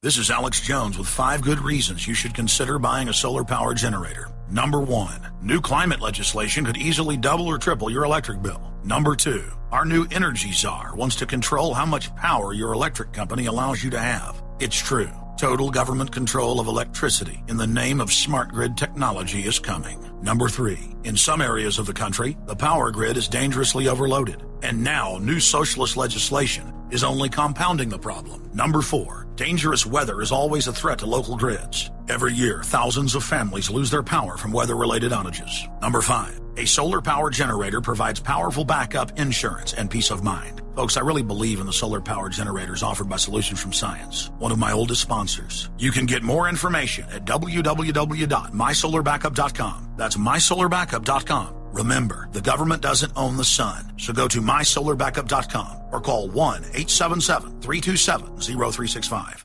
Big Berkey water filters are in high demand. Storable foods are also in high demand. BigBerkeyWaterFilters.com has always kept our focus on the Berkey water filter products, but increasingly, our customers have been asking for storable foods. After months of research, BigBerkeyWaterFilters.com now offers great-tasting, long-lasting, storable foods. These ready-to-eat meals are packed in airtight nitrogen pouches. All you do is just add water, and because they're sealed so well, they come with a 25-year shelf life. Combine our Berkey water filters, which are powerful enough to purify treated, untreated, or even stagnant pond water with our storable foods, and you have a winning combination. Remember, we offer free shipping on every order over $50, and GCN listeners receive 5% off all ceramic filter systems. Visit BigBerkeyWaterFilters.com or call 877-99-BERKEY. That's BigBerkeyWaterFilters.com or call 877-99-BERKEY today.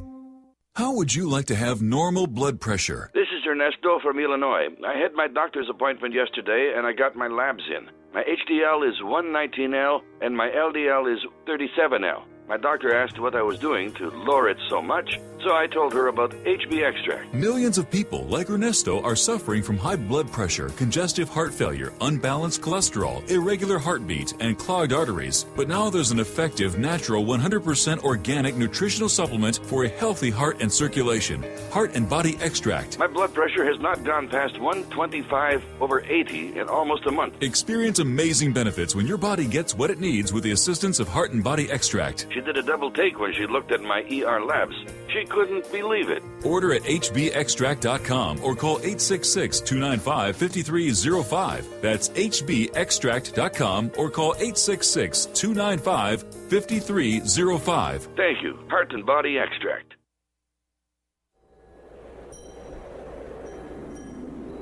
Hello, this is Rosemary Ellen Guiley, and you're listening to the Paracast, the gold standard of paranormal radio. With Gene and Chris on the Paracast, we explore those ancient mysteries, and as you see with Philip Coppens, he doesn't accept everything out there. He's skeptical about various things for various reasons. So you started on a long answer. I interrupted you. How about picking up on the original question? What was the original question again? We were talking about evidence of genetic tampering in the human genome. Oh, yes. So the short answer is no. However, in recent months, Paul Davis of the Arizona State University has written a scientific paper in Acta Astronautica, in which he's basically saying that we should start looking for evidence of alien life on this planet. Now, it is his conviction in this paper that this footprint, as he calls it, this alien footprint, will not be found within the, and I quote again, human habitation on planet Earth. So he's basically saying that ET might have been here, but that it happened millions of years ago, if not 800 of millions, if not billions of years ago. But I actually feel that Mr. Davis has been subjected to some kind of Sitchinite thinking as well. And in my most recent update on my own website, there's actually discussion of Paul Davis's research. But he is proposing to science that we should indeed start to look at our DNA. And this is going to be a very big task. So basically the SETI at Home project, which NASA did, he's suggesting that we're going to do the same thing with DNA, so that somebody is basically going to create a software that in computer downtime, we're also going to look at all of this evidence and help us find whether or not there is something within the genetic material, DNA or otherwise, which might show that we have been interfered with. Or as he is suggesting, a so-called message in a bottle. And basically, he's suggesting that there might actually be something in our genetic record suggesting that, it's like ET has left a message in there, which hopefully we could read. Now that also raises a bigger question, and I want to go into it before we go further. Why would ET embed that message? It seems a strange way to communicate, although I guess I can't figure out alien logic. Would it also be fair to say, well, maybe we are part ET in a sense that we carry some of their genetic material? Well, as to why ET would do that, you would need to to address that with Mr. Davis. Or with E.T. Or with E.T. Or with both. 2 interviews for one. The one thing about the alien DNA thing, which I do in my book, is basically that the current consensus of science, astrobiologists specifically, is that more than likely life did originate not on this planet but outside in the universe. And there are extraordinarily, and I relate them in the book, extraordinarily tales by the likes of Chandra Wickramasinghe, who's a professor of astrobiology at the University of Cardiff, who's basically been saying that scientific journals since 1982 are involved in a conspiracy of silence, that they do not want to publish anything which shows, if not proves, that life does not originate on planet Earth but originates out there in the universe. NASA is a victim of this, which is why NASA basically is now doing science by press release. They are holding press conferences where they make these announcements because they know that they will not get published. As extraordinarily as that sounds, there are scientists out there who are saying that NASA is involved in a conspiracy whereby they are intent on making everybody believe that there is alien life, and these skeptics are saying that there is no evidence whatsoever that life originates outside of this planet. And guess where they are referring to? To the fact that none of these NASA astrobiologists are being published in peer-reviewed journals.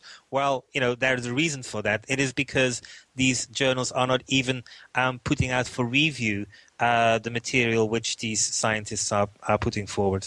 That raises another question here, which is Philip Coppen's opinion. Do you think E.T., even if they were there or here then, are here now in the form of UFOs? Oh, my God. How many times do I have?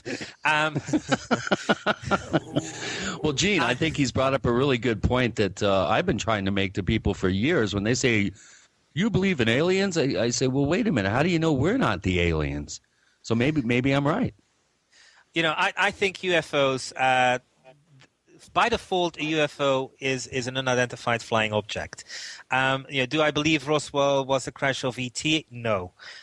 Do I believe that some of these things which are being reported like UFO abductions are real? Yes. Do I think they are physically real? Not necessarily. I think they show extraordinary parallels to accounts of abductions by fairies, abductions by other creatures. So do I think something is going on here? Yes. Do I think that some of these objects which are being photographed are real? Yes. Does it mean that it is intriguing? Absolutely. Should we analyze it further?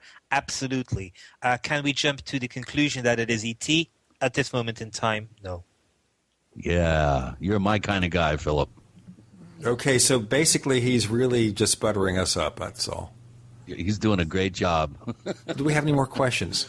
Well, I mean, there's always questions. I'm a walking question bank. I'm thinking in terms of the forums. I think we didn't give people enough time to pose those questions. Now, considering other issues here, okay, so we have UFOs, we have the possibilities of abductions, which could have other purposes, but now we go back to the possibility of the ancient astronauts. So let's go to the physical reality here. Do you think at all that these indications of advanced technology did come from E.T., and that what about the biblical influence, Ezekiel's wheels, etc.? Did they see E.T. in those days and just interpret them in accordance with their level of civilization? Well, they definitely recorded something, and the story of Ezekiel is an interesting one, and I touch upon it in the book. And it's because of like Eric used it. Eric scoured the Bible for potential evidence. And again, the Bible is a story of the Jewish people as they go about doing their business. And largely it is the Jewish people who are pointing out that in their opinion, reality is far more complex than an awful lot of people believe. And so whenever something anomalous happens to one of them, they're writing this down. And the story of Ezekiel is one such thing. It's the story about a Jewish priest who's in exile in Babylonia and who basically, as we would call it today, is abducted by a UFO. He's taken to weird places. He sees strange things. Now, von Däniken was saying, was he abducted by E.T.? And when Joseph Blumrich, who's a NASA engineer, reads this, he says, oh, I'm an earth engineer. I'm going to quickly debunk this because I just know that this is simply impossible. And a few years later, he publishes a book called The Spaceship of Ezekiel, which basically says, actually, Ezekiel is giving in his description an enormous amount of technical detail, which I have used to make drawings and scale models of the object which Ezekiel has seen and which took him away. The story of Jonah and the whale, well, the whale had somehow got openings in his skin through which Jonah could see, and he could see what was underneath the water, and he could walk around inside the whale. It's what I'm saying is like this thing. When the atomic bomb exploded, we described it as a giant mushroom. Now we know the atomic bomb explosion was not the explosion of some giant mushroom. We were describing it as a giant mushroom. And so the story of Jonah and the whale is very much the story of Jonah, who says, I was in something which I know wasn't a whale because I was walking around it. There were windows, I could see, I could breathe. 4 things which you can't do inside a whale. But he was describing the object because the nearest thing which his audience would understand was that it looked like a whale.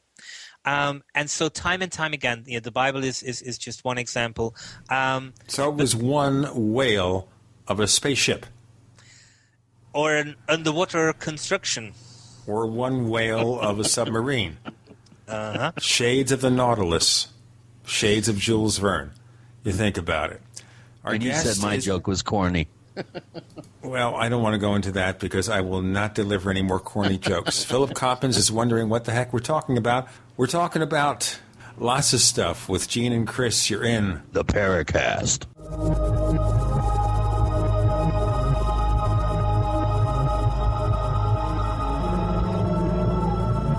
Are you tired of searching for great talk radio? Something more important. Search no more.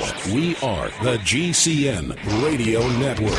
You expect professional service from your doctor, your accountant, and even the girl who takes your morning coffee order. Why not from your domain registrar, too? Namecheap.com provides stellar service with no sneaky upselling. We offer more features and security options for your website than there are ways to order a latte. And new domains come with WhoisGuard to protect your personal info. At Namecheap.com, you can get your domain for as low as $2.99. Now is a great time to get to know Namecheap.com. For 58 years, Fate has provided true reports of the strange and unknown. Fate brings you the latest in all aspects of the paranormal, like angels and miracles, psychic phenomena, ghosts, UFOs, and much, much more. To receive your complimentary Fate magazine, call now at 1-800-728-2730 or visit their website at www.fatemag.com. That's 1-800-728-2730. What are you waiting for? Your fate awaits.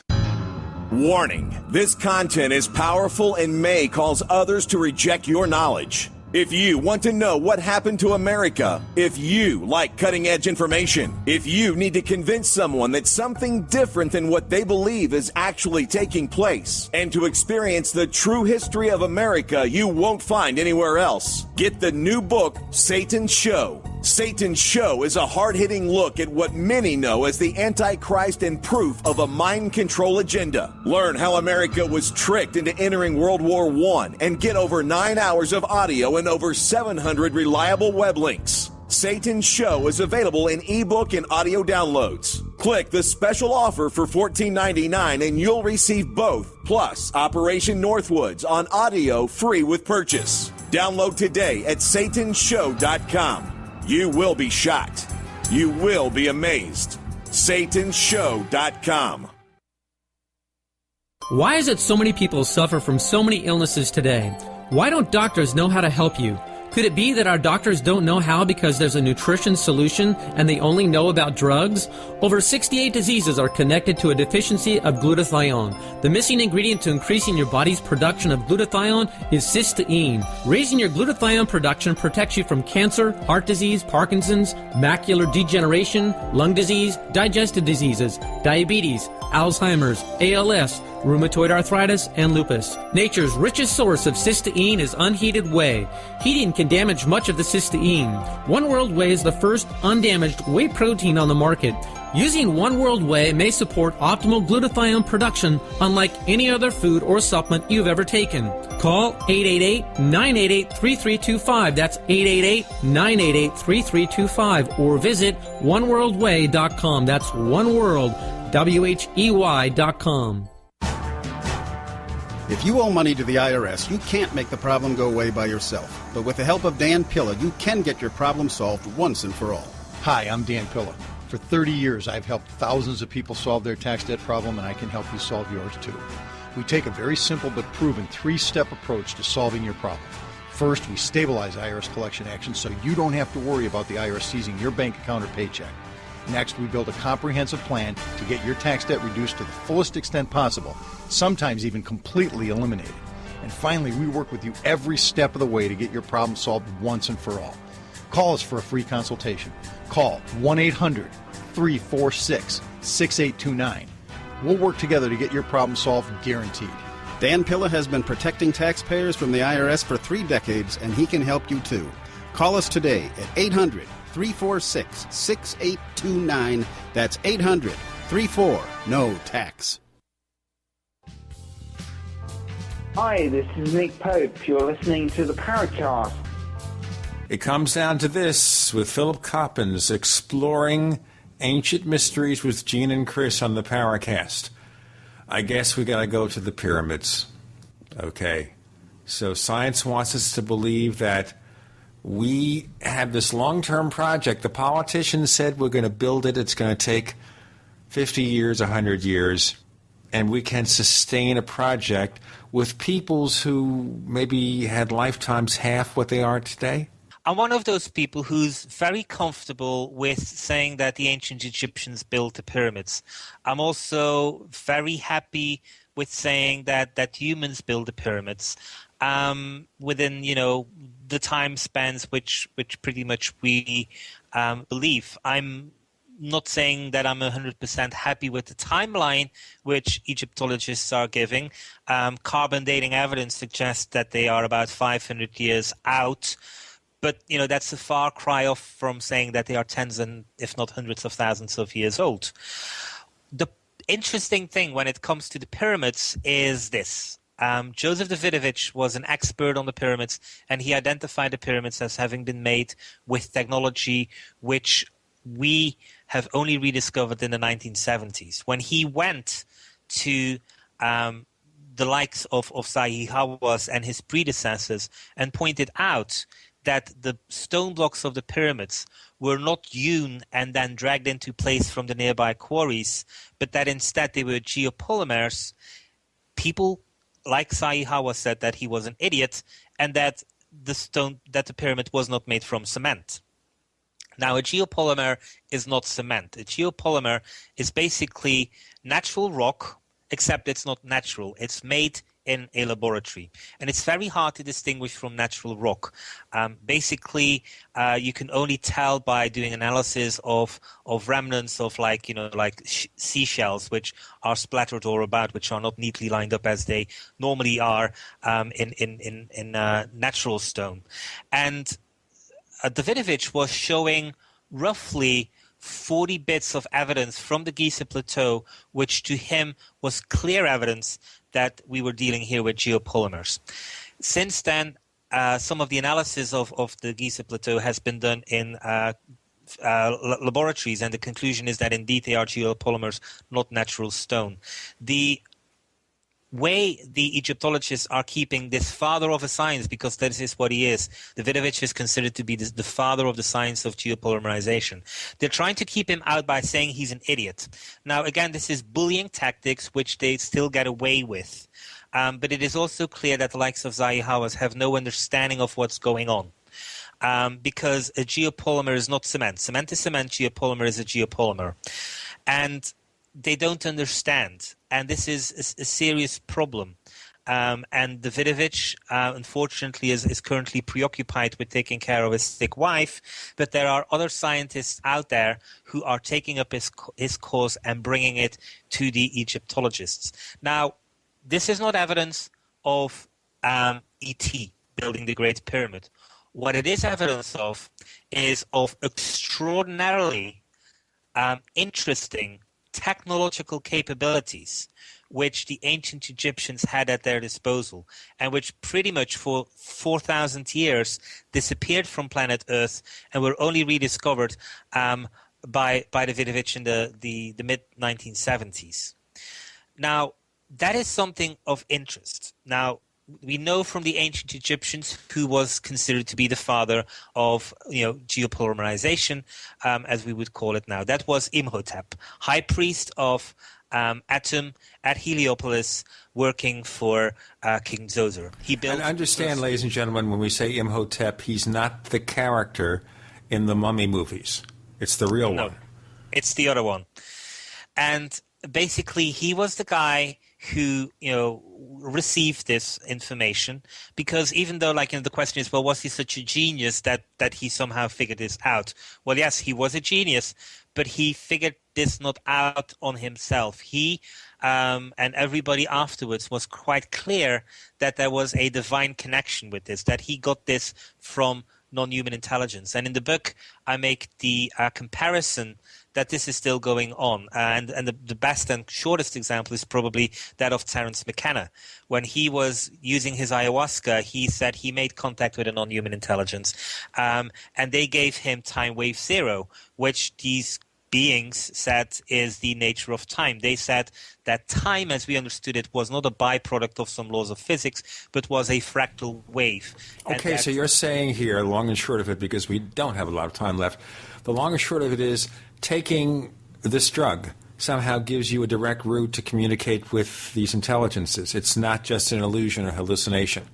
That is precisely when it comes to ayahuasca, what not just Terence McKenna but various other people are saying. It's not a hallucinogenic drug as such. What this drug does is actually it stops something which our brain secretes constantly, and it interferes with this so that our brain basically is rid of this substance. And when our brain is rid of